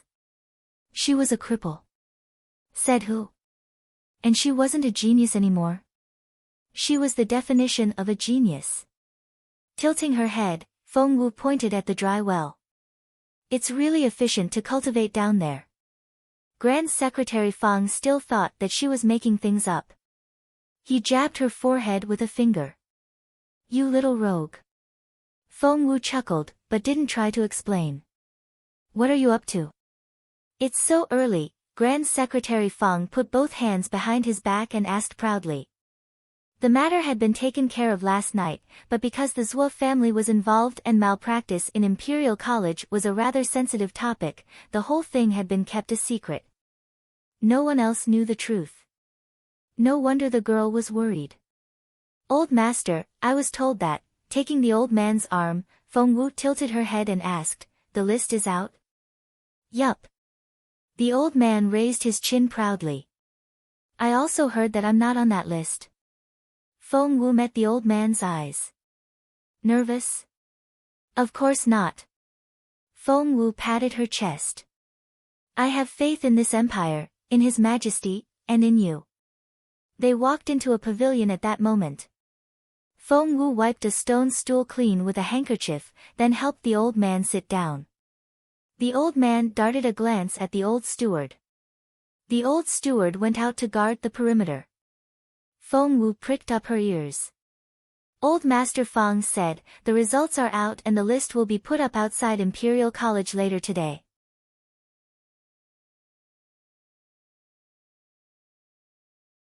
Chapter 636, You've yet to meet the grandma. Seeing that Feng Wu didn't seem disturbed at all, the old man asked in resignation, aren't you even a little bit worried? For what? I've got you, don't I? Judging by the look on the old man's face, Feng Wu knew right away that the matter had been taken care of, or the old man would have been angrier than her. Grand Secretary Fang rapped Feng Wu on her little head. Do you ever get flustered? Well, you got the highest score, as you predicted. Really? Do I detect a story behind it? Yes, you do. And it's quite a story. The old man looked like he was going to make a long speech. Feng Wu poured some tea for the old man as she listened. Why, sealing tea? Grand Secretary Fang recognized the tea by its scent and was pleasantly surprised. Where did you get it? From Master Linghu. Master Linghu? That was the most famous tea master in the empire. Feng Wu shook her head. No, I made this myself. Old master, what do you think? This is great. Old Master Fang looked at Feng Wu in amazement. Kiddo, you never cease to amaze me. I would never think you could make sealing tea yourself. Old Master Fang didn't know how many more surprises this so-called crippled girl would give him. She was making progress in her cultivation at an incredible speed. She had wondrous formation skills. And she could make sealing tea as well. Like a real tea master. Feng Wu gloated. Of course she could. She had the most perfect beautiful master on this continent. Sealing tea was the least of the wonders she could create. Feng Wu smiled. Old master, I'll make you some more if you like it. Good, good. Sipping from his white jade tea cup, Grand Secretary Fong was in a great mood. He then told Feng Wu in detail about what happened the day before. He concluded his narration with a sigh of emotion. His Royal Highness took Mr. Zhu's side at first and I was worried. Fortunately, he switched sides in the end. Feng Wu frowned. This Jun Linyuan just couldn't stop trying to sabotage her plans. Tilting her head, she asked Grand Secretary Fong, if Jun Linyuan sets his mind to work against me, will His Majesty be able to do anything about it? Grand Secretary Fong gave it some thought, then asked, do you want the truth? So, the truth is, Jun Linyuan will get away with it. Feng Wu couldn't believe it. Grand Secretary Fong nodded. That's ridiculous. Feng Wu smacked the table. Jun Linyuan is the crown prince and his father is the emperor. In what world would an emperor yield to a crown prince? You forgot about the grandmother. Grand Secretary Fong smiled bitterly. You haven't met her yet, and when you do, you'll understand. But I have, Feng Wu said grumpily. The old lady summoned me when I was little. I remember her as an exceptionally stern and serious lady. Of course she was strict with you. You were His Royal Highness's little fiancé and she had to set her standards very high. Grand Secretary Fong chuckled. Huh? Are you suggesting that the Empress Dowager dotes on Jun Linyuan? Grand Secretary Fong shook his head. No, I mean that she worships the ground His Royal Highness walks on. Feng Wu was speechless. Grand Secretary Fong gave her a wry smile. You'll see when you meet her. She's some old lady. Feng Wu was speechless. Feng Wu and Grand Secretary Fong were still chatting when Steward Fong approached them.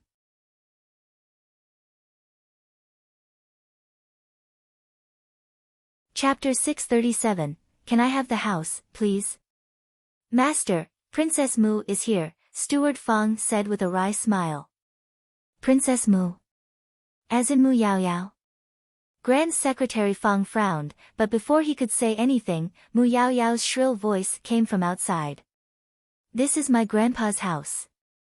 Why can't I come in? Get out of my way. Now!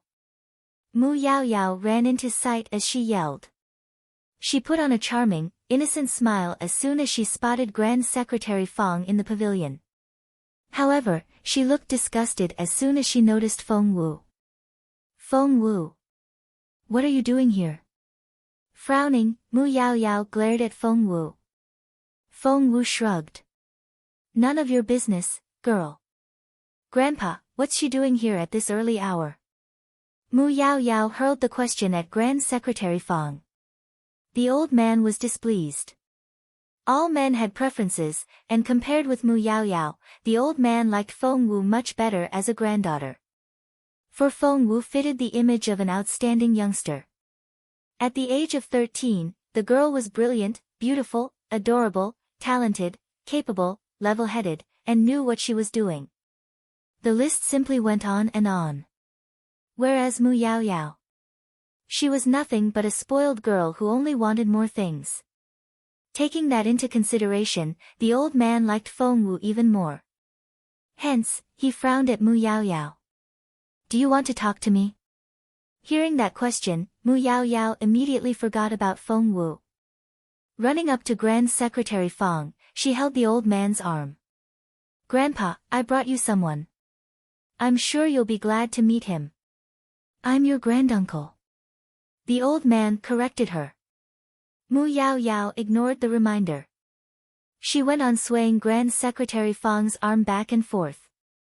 Grandpa, aren't you going back to your hometown after you retire? You're going to sell this house, aren't you? How about you don't sell it? Can you give it to me, please? Give it to you? Excuse me.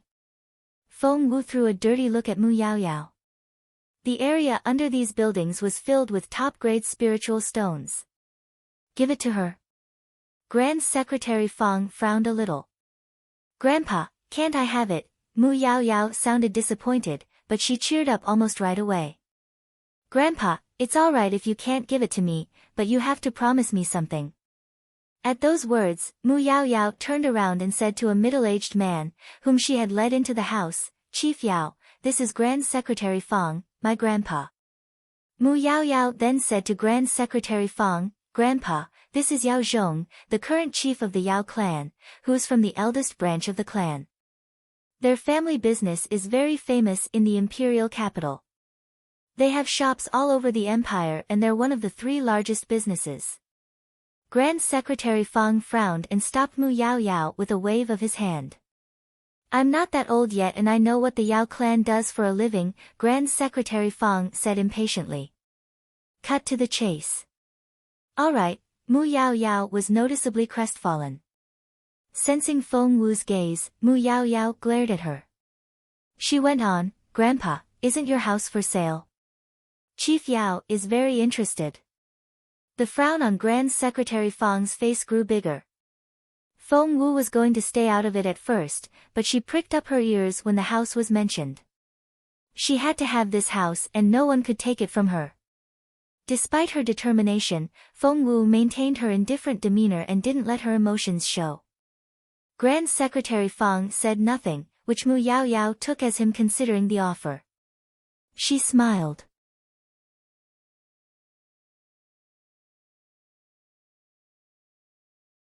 Chapter 638, To Tell You the Truth. "Grandpa, isn't your house for sale already? You can sell it to the Yao family now.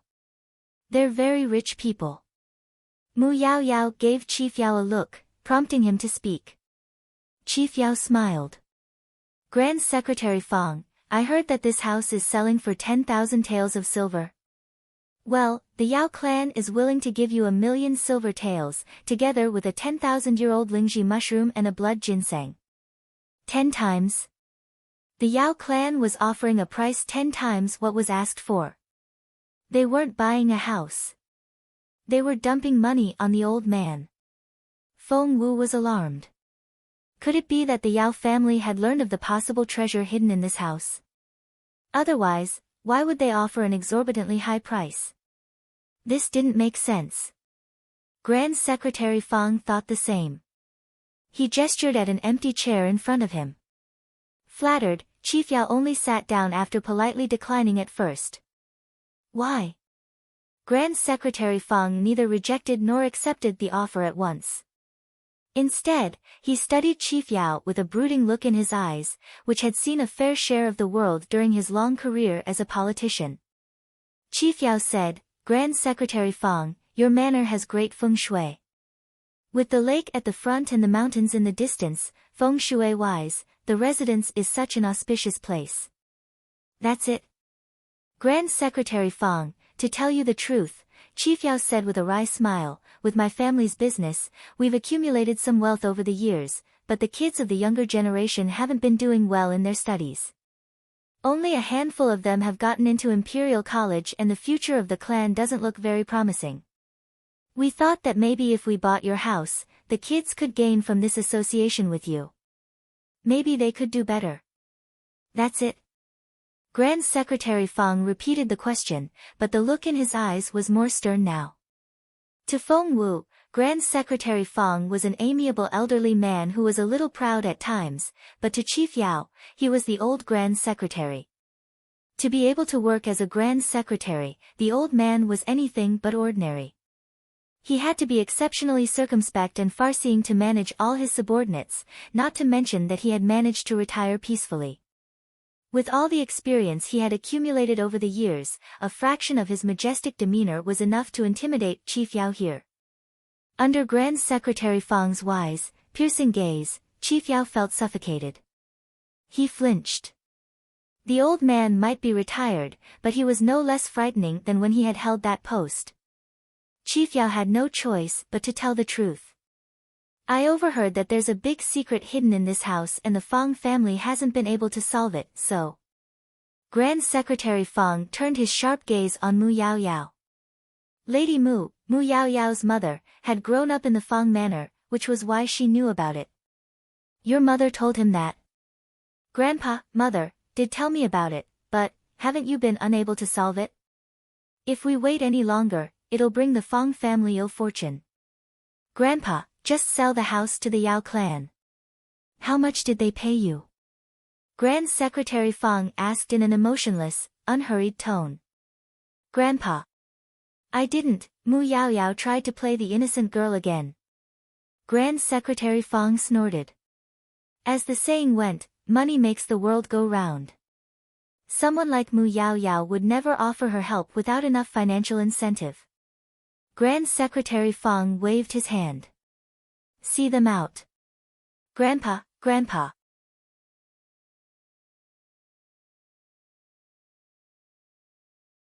Chapter 639, You'll send hitmen after me. However reluctant Mu Yao Yao was, she was still dragged out by Steward Fang. Grand Secretary Fang. Feng Wu wanted to say something, but the old man wasn't in the mood. He was so disappointed. Lady Mu wasn't his own daughter, but he had brought her up himself. And what she had tried to do to him was unbelievable. Grand Secretary Fang waved his hand, indicating that Feng Wu should keep her silence. Lord Mu is the patron of the Yao clan's business. Grand Secretary Fang snorted. Mu Yao Yao is trying to take the house for herself through the Yao clan. She thinks I can't see through her little scam. Why couldn't she just say so if she wanted to buy the house herself? Why did she have to go through a third party? And she pretended she had no part in it. That innocent look she had faked was ridiculous. Grand Secretary Fang, don't be mad. Mu Yao Yao can have her own plan and so can you. Feng Wu shrugged. But I'll have to sell this house eventually and it has to happen within 2 weeks. Grand Secretary Fang sighed. Otherwise, I fear that the curse will fall on Xian Yi. Grand Secretary Fang said in resignation, but I can't just sell it to anyone. There are rules. First of all, the buyer has to be a master-level formation master. Then, they have to be compatible with the aura of the house. Moreover, Grand Secretary Fang shifted his gaze to Feng Wu as he spoke. Old master, you. Oh my. Grand Secretary Fang smacked the table. The answer was right in front of my eyes all along. Xiao Wu, you fit the criteria to the T. To the T. That's right. Grand Secretary Fang asked, aren't you a master-level formation master? I am. And are you not compatible with the aura of the manor? I am. And the Lingji mushroom and blood ginseng? Actually, I do have them. Problem solved. Grand Secretary Fang had always been a free spirit, and he had only become more capricious after retirement. Seeing that Feng Wu was hesitant, he made the decision for her. What more do we need? I'm giving the house to you for free. For free. Feng Wu didn't know whether to laugh or cry. You declined 1,000,000 taels of silver from the Yao family, and you're giving the house to me for nothing? Well, you're a very likable kid. Grand Secretary Fang told the old steward to get a pen and paper ready. The old steward came back with the stationery shortly afterward. What a willful old man. He wanted to give the house away and he began to draft the official document right away. He finished it in no time. Feng Wu took a look and saw that it was very succinct. She was to accept the house free of charge, no obligations attached. Here, sign it. The old man handed the writing brush to Feng Wu. Sign here and we'll go change the title deed to your name. Then it's yours. What are you waiting for, kiddo? Are you not happy with a big house with great feng shui? The old man teased. Feng Wu would be lying if she said that she wasn't tempted. She had no idea why, but she just kept running into good people. Mu Yao Yao was family, but instead of selling it to that girl, Grand Secretary Fang was giving the house to Feng Wu as a gift. Why, are you so happy that you're going to cry? The old man chuckled when he saw the dazed look on Feng Wu's face. Feng Wu bit her lip and handed the paper back to him. What's wrong? The old man was bewildered. Feng Wu said, if I sign this now, you'll send hitmen after me later.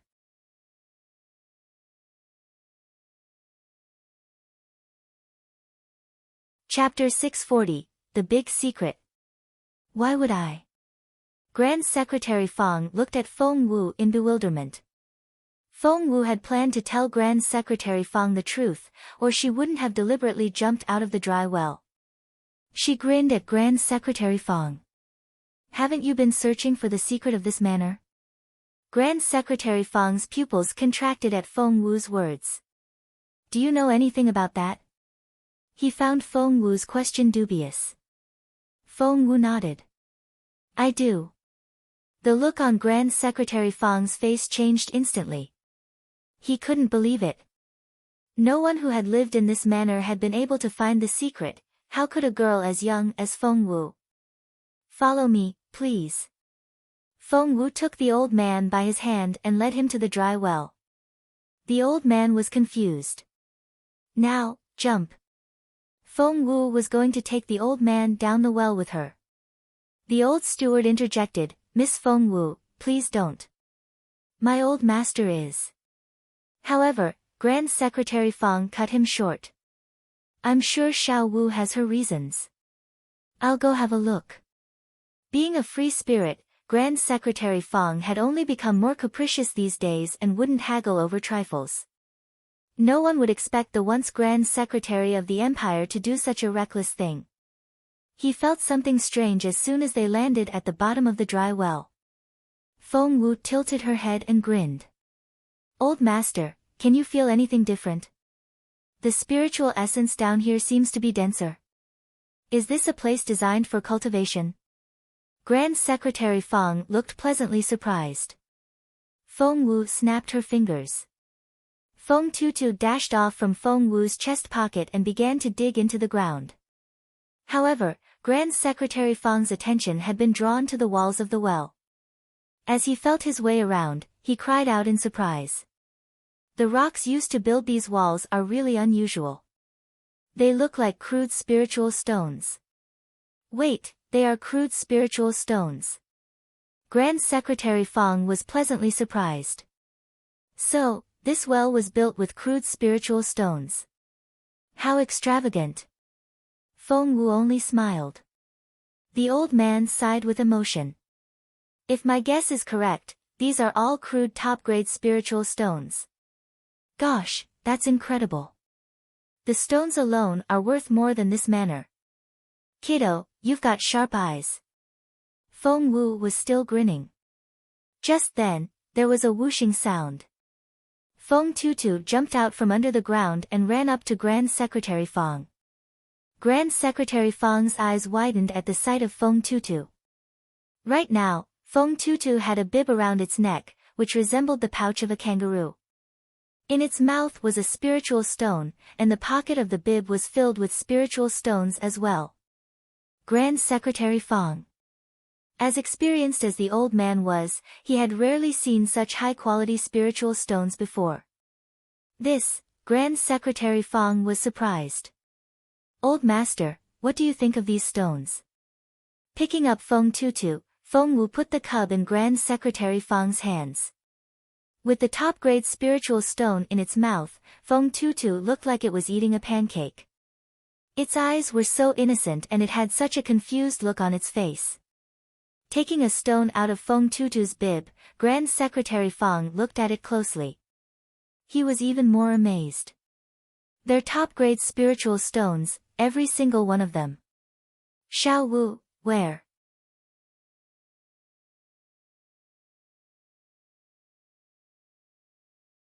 Chapter 641, I'll take it. Old master, you've seen it yourself, Feng Wu said in a calm, earnest tone as she gestured at their surroundings at the bottom of the well. She was right. There was no reason for Grand Secretary Fong to doubt her. What's underneath here? Putting an open palm on the ground, Grand Secretary Fong extended his spiritual essence downward. Beyond layer of rocks, he reached an open space. Grand Secretary Fong's sight was filled with green, as in the color of the best jade stones. This, even a man like him, who had seen his fair share of the world, couldn't help but cry out in surprise. Are they, all spiritual stones? Beneath this manor? Judging by the consistency of the color, they were all medium grade or above. Feng Wu nodded with a smile.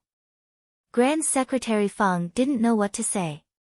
He was so astonished that his knees buckled and he fell on his butt on the ground. Old master, you. Feng Wu wanted to help him to his feet, but the old man waved her off. No, please don't. He expanded his search from the dry well as the center.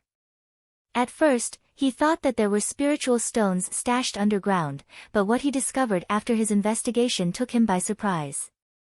It's a lode, and an unmined one. Feng Wu nodded. The old man took a deep breath. That's just so. He had never expected this to be the secret that the family had been trying to figure out for generations. Grand Secretary Feng had investigated the underground area before and had even dug up the ground, but those attempts had all been futile. He only realized today that it was because he had used the wrong entrance. This dry well was the real entrance to that lode. Kiddo, you really are. Was this what a phoenix girl was like? Exactly how lucky was she? How did you find out? Grand Secretary Feng was much calmer after coming back up from the dry well, and he asked Feng Wu the question with a smile. Feng Wu shrugged. I was sitting on the wall one day and I saw a flash in that dry well. Based on the time, the direction, and the terrain, I was pretty sure I knew what it was. Moreover, there was Feng Tutu. Feng Wu rubbed the cub's head. Treasure hunting is in its nature. It went in and came back up with a top-grade spiritual stone. There was no question. We have a load of top-grade spiritual stones under our feet. But you still decline my offer when you know what's hidden underground. Grand Secretary Feng sighed with emotion. In terms of money, the spiritual stones down there was worth the income of a small country. However, not only had the girl refused the gift, she also shared the secret with him. Grand Secretary Feng had always liked the kid, and now, he thought the world of her. More importantly, she was kind and had a noble heart. Who wouldn't like such a child? Sign this. Grand Secretary Feng handed Feng Wu the grant agreement. Feng Wu's eyes opened wide. Old master, do you know what you're doing? You have a top-grade spiritual stone lode under your house, and you're giving everything to me? Grand Secretary Feng said grumpily, you shared such a big secret with me. I'm not going to act like a stingy man. Others have searched for generations, but remained clueless. Whereas you did nothing but sit on that wall, and you solved the mystery. That's just fate. Or, shall we say, the lode was meant to be yours all along.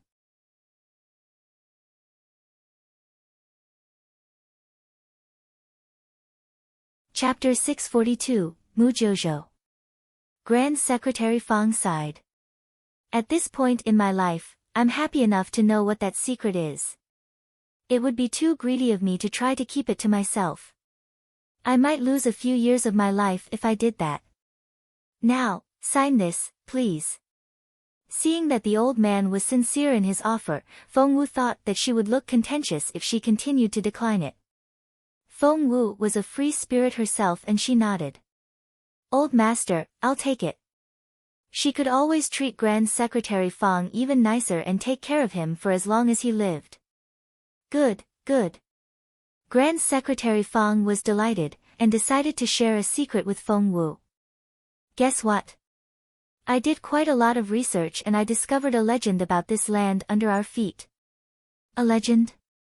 Feng Wu batted her eyelashes, which reminded one of two little fans. Have you heard of Mujojo, who once ruled this continent? Grand Secretary Feng's tone was full of respect. Mu. Jojo? Feng Wu's eyes widened and her face stiffened with excitement. Of course she had. Mujojo, the one-time ruler of the continent, was none other than her beautiful master, who was lying on a bed in her ring right now. Feng Wu stared at Grand Secretary Feng nervously. Needless to say, Grand Secretary Feng had no idea that the person he was gossiping about was close at hand. He went on, according to unofficial records, a long time ago, before the Junwu Empire was established, this land we're living in now had been destroyed once before, with everything burnt to the ground. And the great Mu Jojo was the cause of the calamity. He single-handedly started a war that wiped out the continent.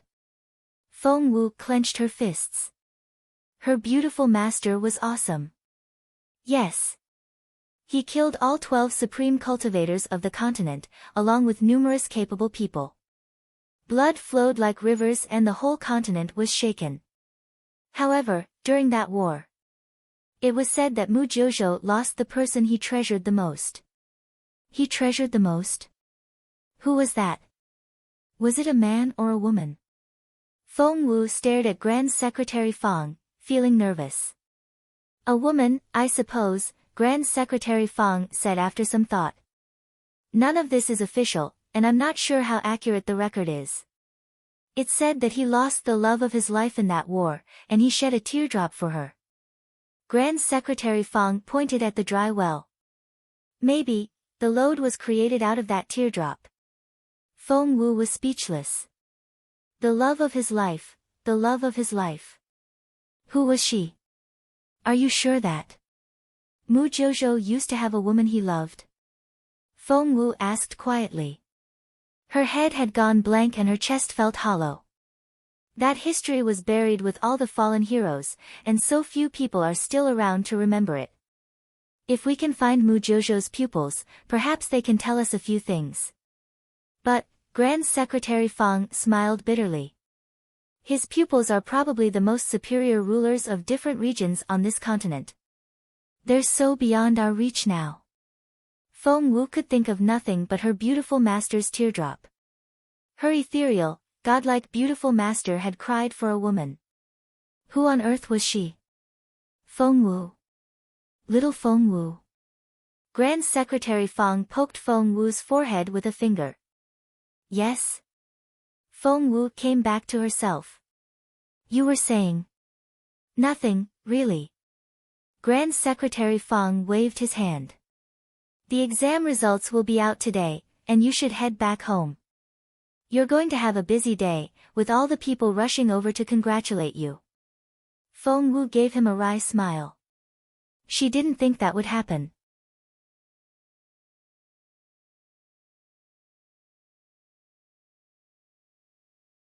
Chapter 643, Feng Wu, the Legendary Genius. However, she decided to go back home now, so that she could keep an eye on Lady Wang, in case the woman tried to target her again. Uncle Chiu and Qiuling had left already, for Feng Wu's exam result was the most important thing to them at the moment. As soon as they left, Chowga dragged Feng Wu out to see the results as well. There was a huge crowd outside the gate of Imperial College. Uncle Chiu, there are so many people. We can't get close enough. Qiuling jumped and pushed, but it was too packed for her to make her way through the crowd. People kept getting pushed back and forth in the crowd. Those who made it in laughed and those who failed cried. Uncle Chiu, look. There are people from the Mu family. Mu Yao Yao was a candidate and her family had sent people out here early that morning. And the Duan family, too. Qiuling then spotted the sisters of the Duan family. Everyone took the exam very seriously. The results are out. Just then, the gate opened, and a team of people wearing a special uniform of Imperial College came out. The scroll in their hands was so long that it took all 10 of them together to put it up. The results. Look. Many began to push forward frantically. In order to see the results before anyone else, Qiuling pushed with all her might. It was too dangerous. Feng Wu reached out and pulled her back. Miss. Qiuling was thrilled to see Feng Wu. Miss Wu, the results are out. Let me check it for you. Let me go in. Feng Wu looked at her petite maid in resignation. Are you trying to kill yourself? Look at that crowd. You're not going anywhere. But. No buts. Stay put. Miss, don't you want to know the result? Feng Wu snapped. I know the result. I'm first. There's no need to push through all those people. She was only telling the truth, but that they weren't the only people here. Feng Wu heard a snicker as soon as she said those words. She and Chaoga turned around to find the sisters of the Duan family. Duan Chaoyin and Duan Chaoyue. Their servants had run into the crowd to check the results and the two of them were waiting in the shade. It just so happened that they were standing next to Feng Wu and overheard her. Oh my, I was wondering who said that. Isn't it Feng Wu, the legendary genius? Duan Chaoyin giggled. What did I hear? Feng Wu said she was first. Duan Chaoyue snickered. Chaoga flared up at the sight of the two girls and she glared at them. Hey! Duan Chaoyue. Duan Chaoyin. What are you laughing at? Duan Chaoyin smiled at Duan Chaoyue. Some people are just so stupid. We've been laughing for so long and she doesn't even know what it's about. Duan Chaoyue tittered. Chaoga raised her hand in a threatening manner. But Duan Chaoyin wasn't intimidated, nor was she afraid of the humiliation. For to her mind, Feng Wu and Chaoga would be even more humiliated. Everyone. Look! Feng Wu the genius wants to beat us up because she didn't get into Imperial College. Feng Wu the genius? Most people wouldn't have paid any attention if Duan Chaoyin hadn't mentioned Feng Wu's name. After all, everyone only cared about looking for their names on that list.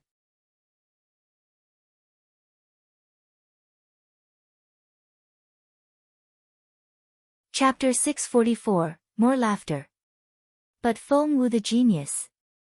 Which Feng Wu? That Feng Wu, the one who was mistaken for using a fake exam permit. What genius? Isn't she crippled? She can think of herself as a genius all she wants. What did I hear? Feng Wu the genius failed the exam. What do you expect? It's only natural that she failed. Instantly, all eyes were on Feng Wu. Well, I was wondering who was making all the noise. It was you. A voice rang out behind Feng Wu. It was kind of familiar, but not really. Feng Wu turned her head and recognized the person. It was Yi Yifei, the one who had had a confrontation with Feng Wu before. She was already a first-year student at Imperial College, but those around her were all candidates this year and she was their leader. Behind her were Hui Yin and the others. Yi Yifei had been grounded by her family for a while because of what happened at World Tower. Hence, she held Feng Wu responsible for it. Feng Wu, do you have no shame at all? How dare you say you can get into Imperial College? Duan Chaoyin was delighted to have an ally and she smirked. Get into Imperial College? According to her, she got the highest score in the exam. Ha ha ha. All four people behind Yi Yifei guffawed. Yi Yifei laughed until she was in tears.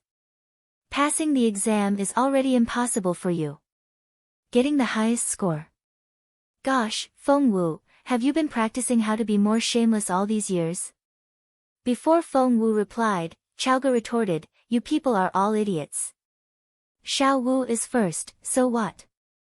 You're all just jealous. Ha ha ha ha. First. Feng Wu. Mu Yao Yao heard the noise and came up to them. She arrived just in time to hear what Duan Chaoga said and she cracked up. I'll give Feng Wu my head if she gets the highest score in the written exam. You mean it? Feng Wu spoke for the first time. She fixed her gaze on Mu Yao Yao with a tiny smile on her face. Mu Yao Yao was very confident about her source of information. She had searched from the first name to the last on that list which had come out of Imperial College earlier. And Feng Wu's name wasn't there. So, she smirked. Deal. I'll cut my head off if you're first in the written exam. Make it into a stool or a football all you want. But, if you're not. Putting her hands behind her back, Mu Yao Yao darted a contemptuous look at Feng Wu. Her voice turned cold. I'll cut your head off. Everyone's stomachs lurched. That was a big deal. Just then, Lady Wang and Feng Lu arrived at the scene. Feng Lu was going to join the fight, but Lady Wang stopped her with a shake of her head. Mu Yaoyao was challenging Feng Wu and that was great. Chaoga tugged at Feng Wu nervously. Qiuling and Feng Xiaoqi also looked at Feng Wu, both concerned. Sister, don't. Feng Xiaoqi tugged at Feng Wu's sleeve and shook his head repeatedly. Sister, her head isn't worth it. Yours is much more precious. Just ignore her. The onlookers guffawed. Mu Yaoyao was infuriated.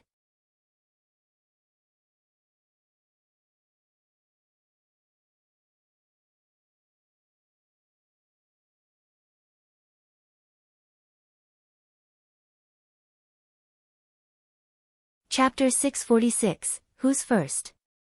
What? Shocked, Mu Yaoyao's hand jolted and the sharp blade nicked her fingertip. But she couldn't care less about that. Glaring at Zhao Yang, she bellowed, What did you say? Huh? Frightened by Mu Yaoyao's bellow, Zhao Yang looked at his master in bewilderment. What did you say? Say it again. Is Feng Wu on that list? Mu Yaoyao approached Zhao Yang with the dagger in her hand. Zhao Yang was terrified. He had no idea what he had done wrong. He was only telling the truth. Why, yes. Miss Feng Wu's name really is on that list, and it's the first name in the top row. Her name is bigger than anyone else's, with thicker strokes. Everyone has seen it. Mu Yaoyao almost had a stroke. Everyone else stared at Feng Wu in disbelief. The first name in the first row. In bigger writing than the others. And in thicker strokes. What did that mean? Isn't that only for the top candidate? Yi Yifei was still trying to digest the information. Wait, Feng Wu got the highest score. You've got to be kidding me. She's the least possible candidate. I bet Princess Mu's servant doesn't know what he's talking about. I don't believe it. Everyone was whispering at the same time. As the center of attention, Feng Wu only stood there with a calm smile on her face. She didn't seem disturbed at all. Tell me again. What's Feng Wu's ranking? Mu Yaoyao pointed her dagger at Zhao Yang. First, Zhao Yang was almost in tears. He was only telling the truth. Why was the princess acting like a crazy person? How could Mu Yaoyao not be? She had just made a very heavy bet. Ha ha ha ha. No way. I don't believe it. Feng Wu can't be first. She just can't. I won't believe it even if you kill me. Mu Yaoyao guffawed. She had seen the list and Feng Wu wasn't even in the top 1,000. Just then Yi Yifei's servant came back in a hurry. Miss. Yi Yifei cut him off in a loud voice. Hold it. Just tell me who's first. Yi Gui, Yi Yifei's servant, blurted out, Feng Wu. The first is Feng Wu, as in, the phoenix soars above the land. It's quite a catchy name. Yi Yifei was rendered speechless. So was everyone else. No, Mu Yaoyao felt as if she had just been struck by a thunderbolt and her head was spinning. No, no, no. I don't believe it. I don't. She squeezed into the crowd like a wild animal. And she was still holding that dagger. The blade was very sharp and it could cut through anything. With the dagger in Mu Yaoyao's hand as she howled like a mad person, no one wanted to stand in her way. Hence, she managed to make her way through the crowd rather smoothly. As Mu Yaoyao rushed off to see the list, many began to study Feng Wu. The looks they gave her were a mix of suspicion, uneasiness, and bewilderment. Feng Wu passed the written exam. And got the highest score. No, it couldn't be. Something had to be wrong. Just then, Duan Chaoyin's maid came back as well, panting as she ran. Miss, I've seen the results. Everyone turned to her. Hold on. Tell us now, who's first?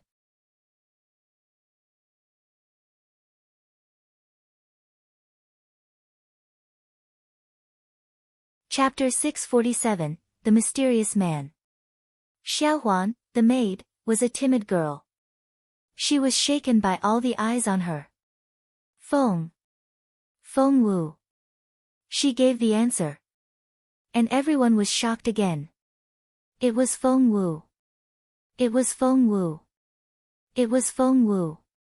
If only one person gave that answer, they might be lying, but these people had given the same answer repeatedly. Could all of them be lying? Just then, someone shouted at the crowd gathering around the list, "Hey, who's first on that list?" And the crowd shouted back in unison, "Feng Wu." The sound resonated in the air. To say that Yi Yifei had drained of all color would be an understatement. And the same went for Duan Chaoyin and Duan Chaoyue. These people all stared at Feng Wu as if they had seen a ghost. How could this be? How? Why Feng Wu? They couldn't imagine how this could have happened. It was incredible. Meanwhile, Mu Yao Yao had arrived at the foot of the bulletin board where the list was posted. After pushing through the crowd, her hair was unkempt, her clothes disheveled, and her face contorted. She stared at the first name in the first row of the list. The name was written in thick strokes. And bigger than the other names. It was Feng Wu. It was Feng Wu. It was Feng Wu. No matter how many times she rubbed her eyes, the name didn't change. She hadn't read it wrong. It was indeed Feng Wu. Feng Wu was first. No. Mu Yao Yao spat out a mouthful of blood onto the list. And the bright yellow paper was painted red. Everyone else failed to recognize her and they cried out in surprise. Who's the nut job? Some loony who failed the exam, I think. Everyone can take the exam up to 3 times, no? Try again. Mu Yao Yao could barely stand still. Feng Wu was first, she was first. Her head spun and Mu Yao Yao almost fainted. Princess. Her servants rushed to her side in a hurry to stop her from falling. The others were shocked by her reaction. Who's that? Isn't she the princess of the Mu Manor? Princess Mu Yao Yao. But she's on that list. 98th, isn't it? What's with her anger? You missed the show. Princess Mu made a bet with Feng Wu. Really? On what? On whether or not Feng Wu could get in. Feng Wu. The Feng Wu. Of course she can't. Bah. Are you blind? Look. The first name on the list. Holy shit. Feng Wu. That's Feng Wu. You don't say. Princess Mu bet her own head, and she's in a lot of trouble now. Is she going to die now? Is it really Feng Wu? Could it be a mistake or something? Maybe it's a different person with the same name. A different person? Yes. That was possible. Mu Yao Yao, who almost had a nervous breakdown, saw hope again. However, you idiot. A different person. The names come with their serial numbers, okay? Feng Wu entered the exam on recommendation and her serial number is very unique. It's 10,001. Look, it's her name and her serial number. Mu Yao Yao blanched. Meanwhile, a few steps away.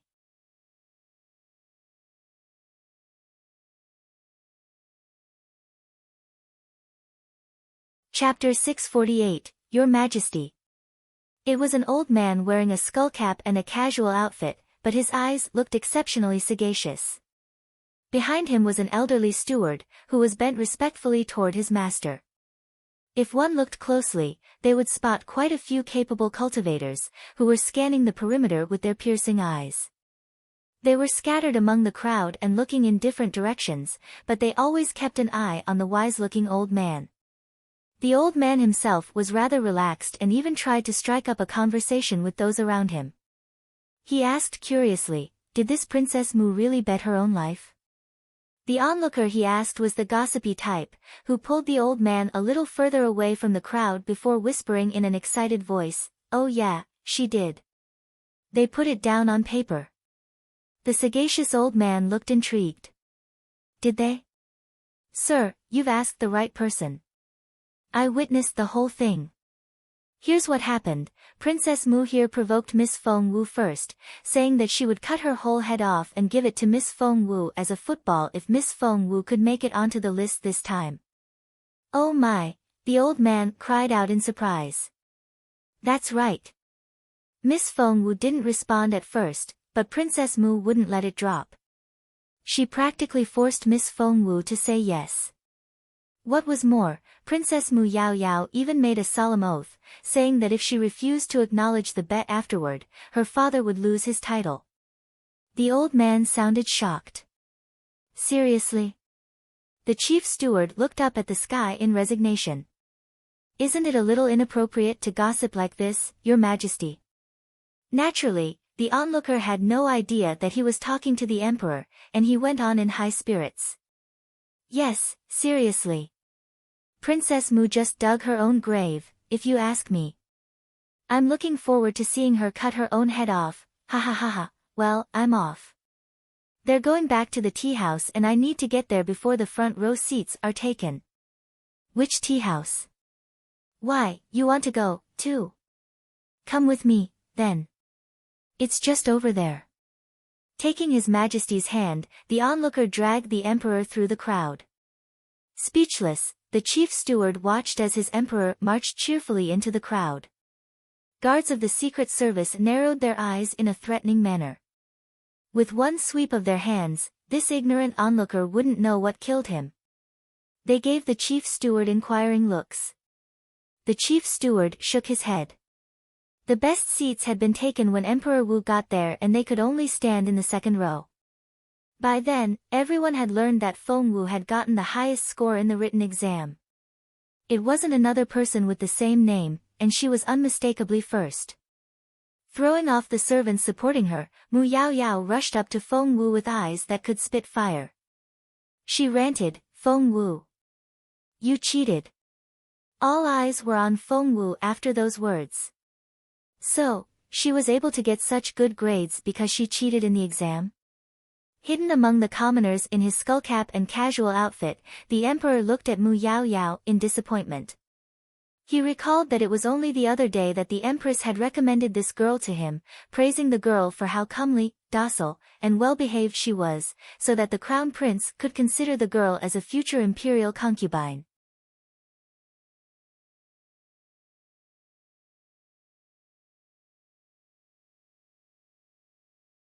Chapter 649, More Face-Slapping. Seeing Mu Yao Yao with her unkempt hair, pale face, and frantic manner, Emperor Wu thought about his extraordinary son, and was furious. How dare his wife try to use such a woman to defile his linyuan? The idea was abominable. However, Mu Yao Yao had no idea that His Majesty himself was in the crowd, nor did she know that she had had a chance of marrying Jun Linyuan. Right now, she just wanted to do as she pleased. She pointed at Feng Wu. Cheater. You're a cheater. Feng Wu smiled. Princess Mu, everyone has to take responsibility for what they say and do. You can't take back your words. You know that, right? Now, Princess Mu, please tell everyone when I cheated. How did I do it? And where is your evidence? Feng Wu narrowed her eyes and her gaze was as sharp as a cold blade. Under her intimidating stare, Mu Yao Yao cringed and stumbled back. She yelled, You just cheated. Answer my question. Feng Wu was still smiling. Of course Mu Yao Yao had no evidence. She was only giving vent to her frustration. Tell everyone this, were we in the same examination hall? Feng Wu smirked. Yes. And His Royal Highness and Mr. Lu were in the hall with us. Yes.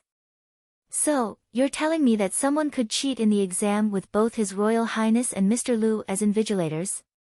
Is that possible? Of course not. Mu Yao Yao answered involuntarily.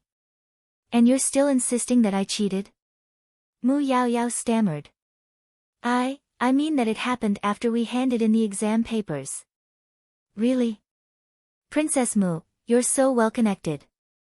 Common candidates like me have no idea what happens after our exam papers are handed in, but you actually have access to someone inside. Mu Yaoyao was speechless.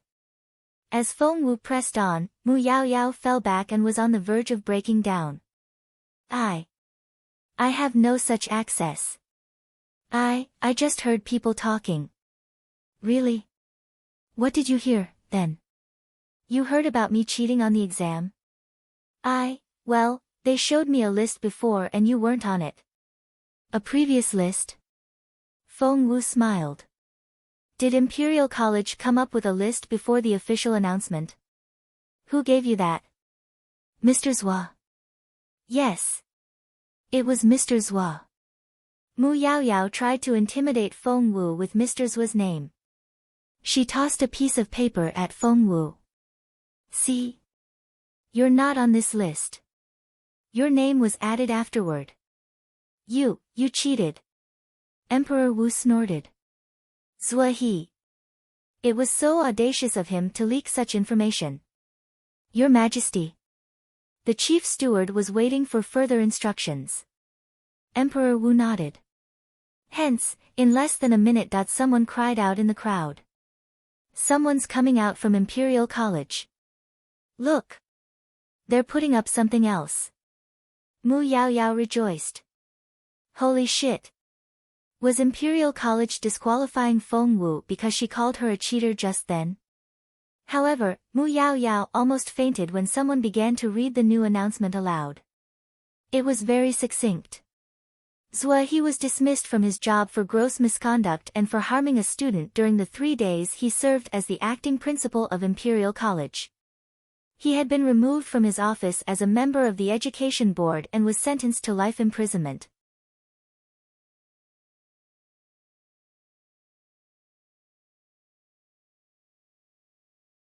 Chapter 650, You're Hounding Me to Death. Mu Yaoyao was speechless. And everyone was taken by surprise. Mr. Zhua. Gross misconduct? What kind of misconduct? And which student had he harmed? Shortly after the new announcement was posted. Someone came out of Imperial College to put up a new post. That's an exam paper. Imperial College is putting up someone's exam paper. Look. It's serial number 10001 and the name says Feng Wu. It's Feng Wu's paper. Holy shit. Look at her handwriting. She deserves to get full marks for that handwriting alone. Oh God. Look at her answers. They're excellent. The memorization questions aren't that big a surprise, but she got all the multiple choice questions right. And there's section 4. I never knew that cracking ground can be used in that way. She's got remarkable knowledge of formations and medicine refinement as well. Yes. I see it now. I know what happened. The onlooker, who had been talking to Emperor Wu, tugged at the latter's sleeve in excitement. What do you see? Emperor Wu asked with a half-smile. Didn't you hear? According to Princess Mu, she read the list Mr. Zhua circulated earlier and Feng Wu wasn't on it. Feng Wu didn't have a lower ranking, but had been excluded from the top 1,000. She had been removed from the competition completely. Emperor Wu nodded. The onlooker was greatly excited by his realization. But they've just put up Feng Wu's exam paper. With His Royal Highness and Mr. Lu as the invigilators, there's no way Feng Wu could have cheated, right? Emperor Wu said, of course not. This is it, then. This is proof of Feng Wu's true capability. She got full marks and no one can question a thing. But she didn't even get into the first 1,000 in Mr. Zhua's list. That malpractice was Mr. Zhua's doing. He harmed a student and was removed from his post for misconduct. That was what he did. The others around them were enlightened. You're so right. That makes sense. We were wondering just then. Who knew Mr. Zhua could do such a thing? That Zhua family is unbelievable. A few steps away, the people from the Zhua family lowered their heads and quietly left the scene. No one would have connected Mr. Zhu's misconduct with his disciplinary fraud in the exam, but after what Mu Yaoyao did, everyone now knew what the Zhu family had been up to. It was all thanks to Princess Mu and the Mu Manor. Meanwhile, Mu Yaoyao stood there, dazed. She hadn't seen that new announcement coming at all. Crossing her arms, Feng Wu grinned at Mu Yaoyao. See that? What do you want? Mu Yaoyao glared at Feng Wu. Nothing, really. Feng Wu shrugged. I'm wondering when are you going to honor our bet? Mu Yaoyao was speechless. All eyes were on Mu Yaoyao now. Would she keep her promise? Mu Yaoyao kept her gaze on Feng Wu.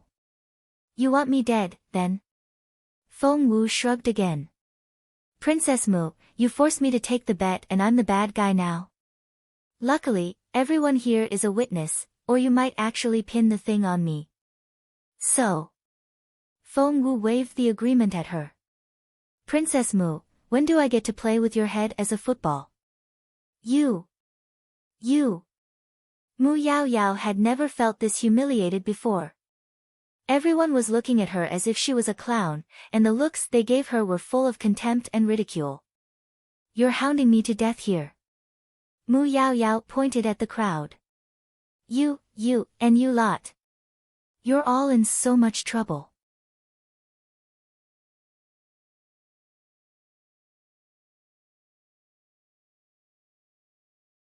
Chapter 651, Face Slapping continued. Princess Mu promptly turned to leave after blurting out those words.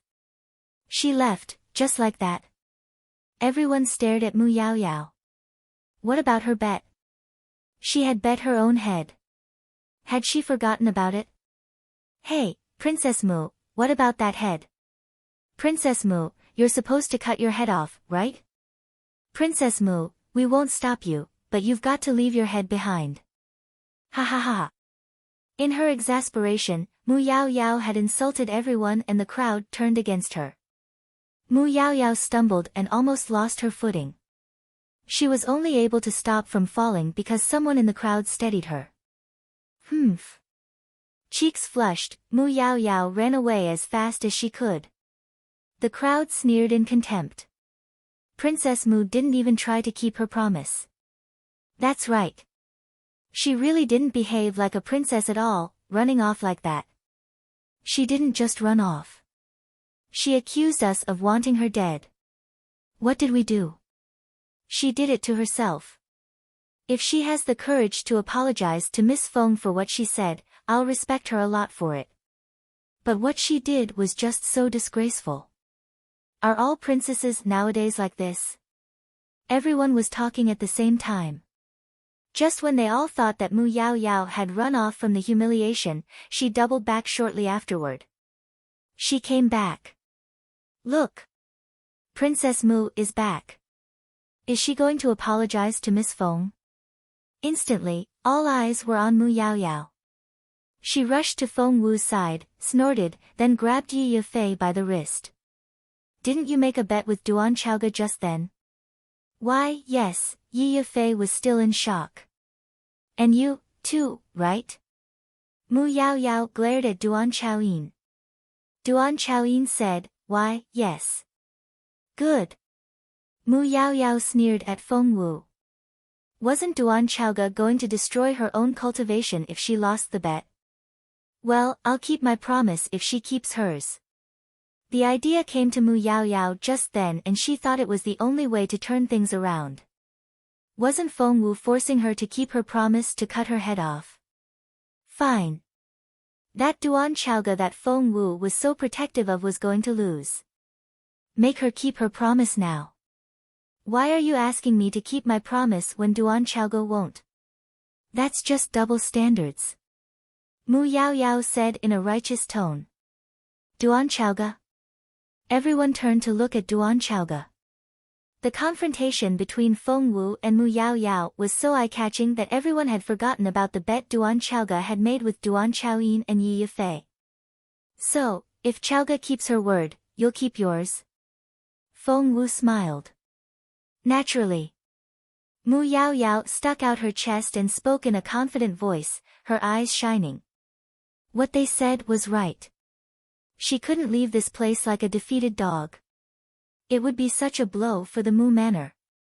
But, Chaoga did get in. Feng Wu shrugged. Although she hadn't checked the list, Feng Wu had helped Chaoga cheat in the exam and she knew exactly how many marks Chaoga had gotten. Ha ha ha.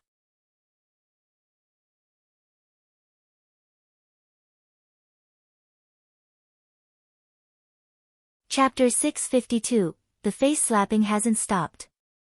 Duan Chaoyin, who had kept her silence, finally laughed out loud. She said to Feng Wu, Miss Feng Wu, you can have as much confidence in yourself as you want, but as for Duan Chaoga, I'm afraid you've made the wrong judgment. Really? Feng Wu raised an eyebrow. Duan Chaoga is my younger sister from a different mother and I know her better than anyone else. All she could write down on that paper was her name. Pass the written exam? That's never going to happen. Yi Yifei chuckled as well.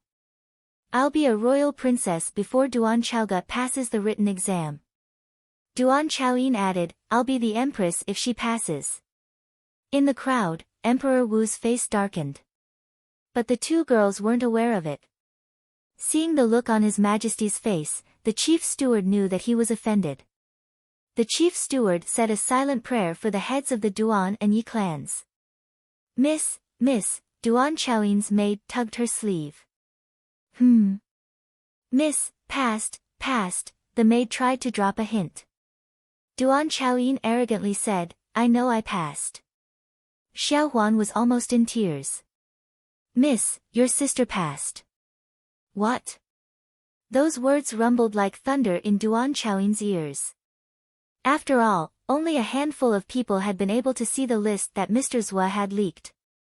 Mu Yaoyao was one of them, but her servants were so considerate that they had crossed out Duan Chaoga's name in advance, so as not to upset their master. Hence, Mu Yaoyao missed Duan Chaoga's name. Hence, everyone turned to look at Duan Chaoga now.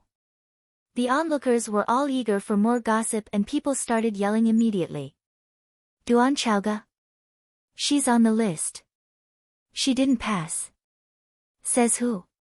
She's the second name on the list and it's written in bold strokes, too.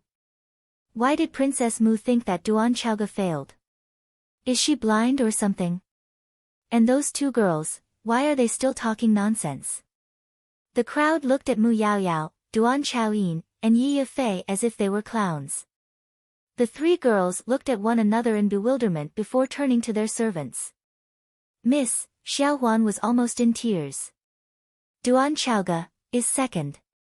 Mu Yaoyao spat out a mouthful of blood. But Duan Chaoyin was the most astonished. After living under the same roof for so many years, she knew perfectly well what Duan Chaoga was like. That girl was hopeless when it came to exams. But she got the second highest score. Just behind Feng Wu. No. That's impossible. I won't believe it. There's no way Duan Chaoga is second. She knows nothing. She can't even get into the first 2,000, let alone be second. However, the others only snorted at her in return. Duan Chaoga really is second in the written exam. Everyone gave her that answer. Wait, is she Duan Chaoyin? I think so. Her maid called her Miss, didn't she? Why didn't I see her name up there? I think I did. There, in the last 100. Isn't that Duan Chaoyin? No. That's Duan Chaoyue. There's no Duan Chaoyin on the list. Duan Chaoyin was dumbfounded when she heard that. What the hell?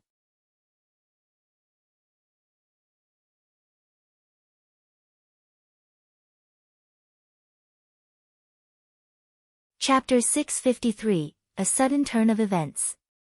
She had yet to recover from the shock of Duan Chaoga getting the second highest score when she learned that she herself hadn't gotten in. She couldn't believe it. Duan Chaoyin turned to stare at Xiao Huan.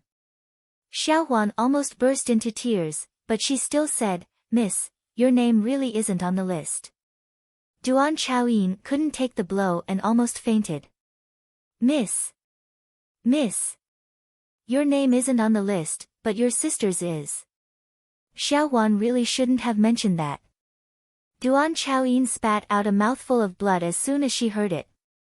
Miss. Duan Chaoyin passed out from anger.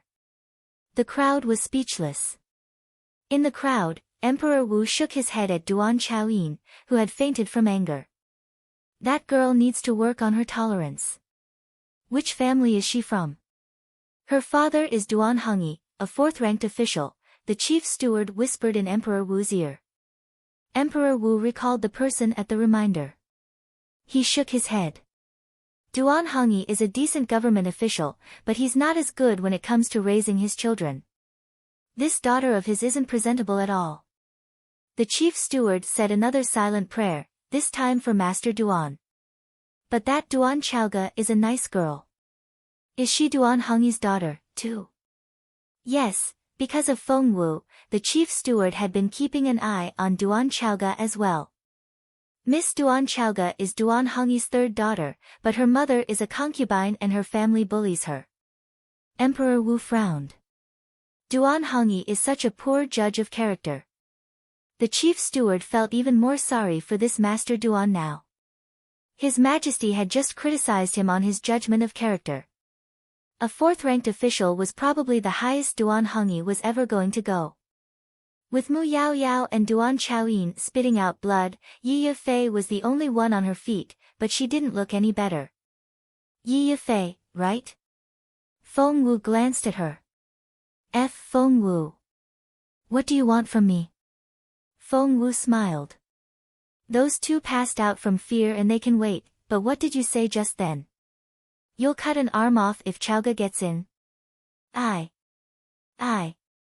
But...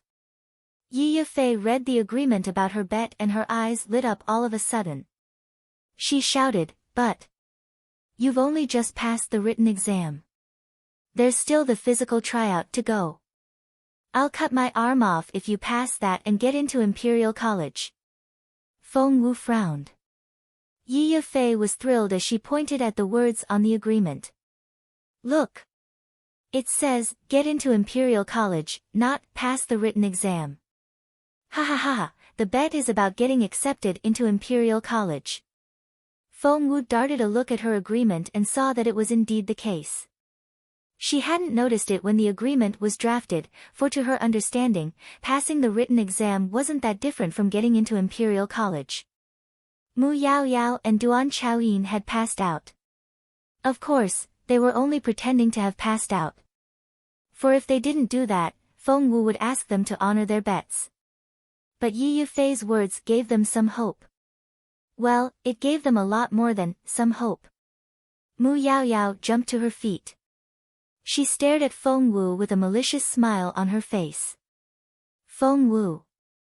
The bet we made was for you to get into Imperial College, not pass the written exam. At least, that was what was written in the agreement.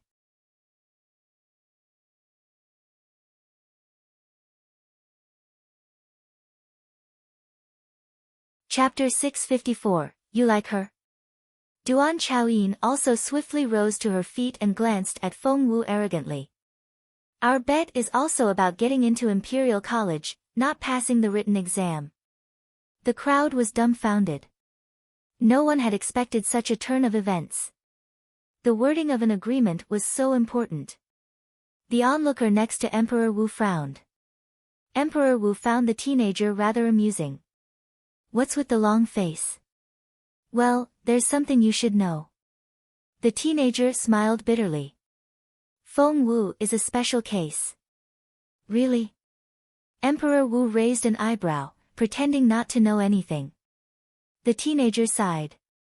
Miss Feng Wu used to be this super genius girl, but she got unlucky, and somehow, she was crippled.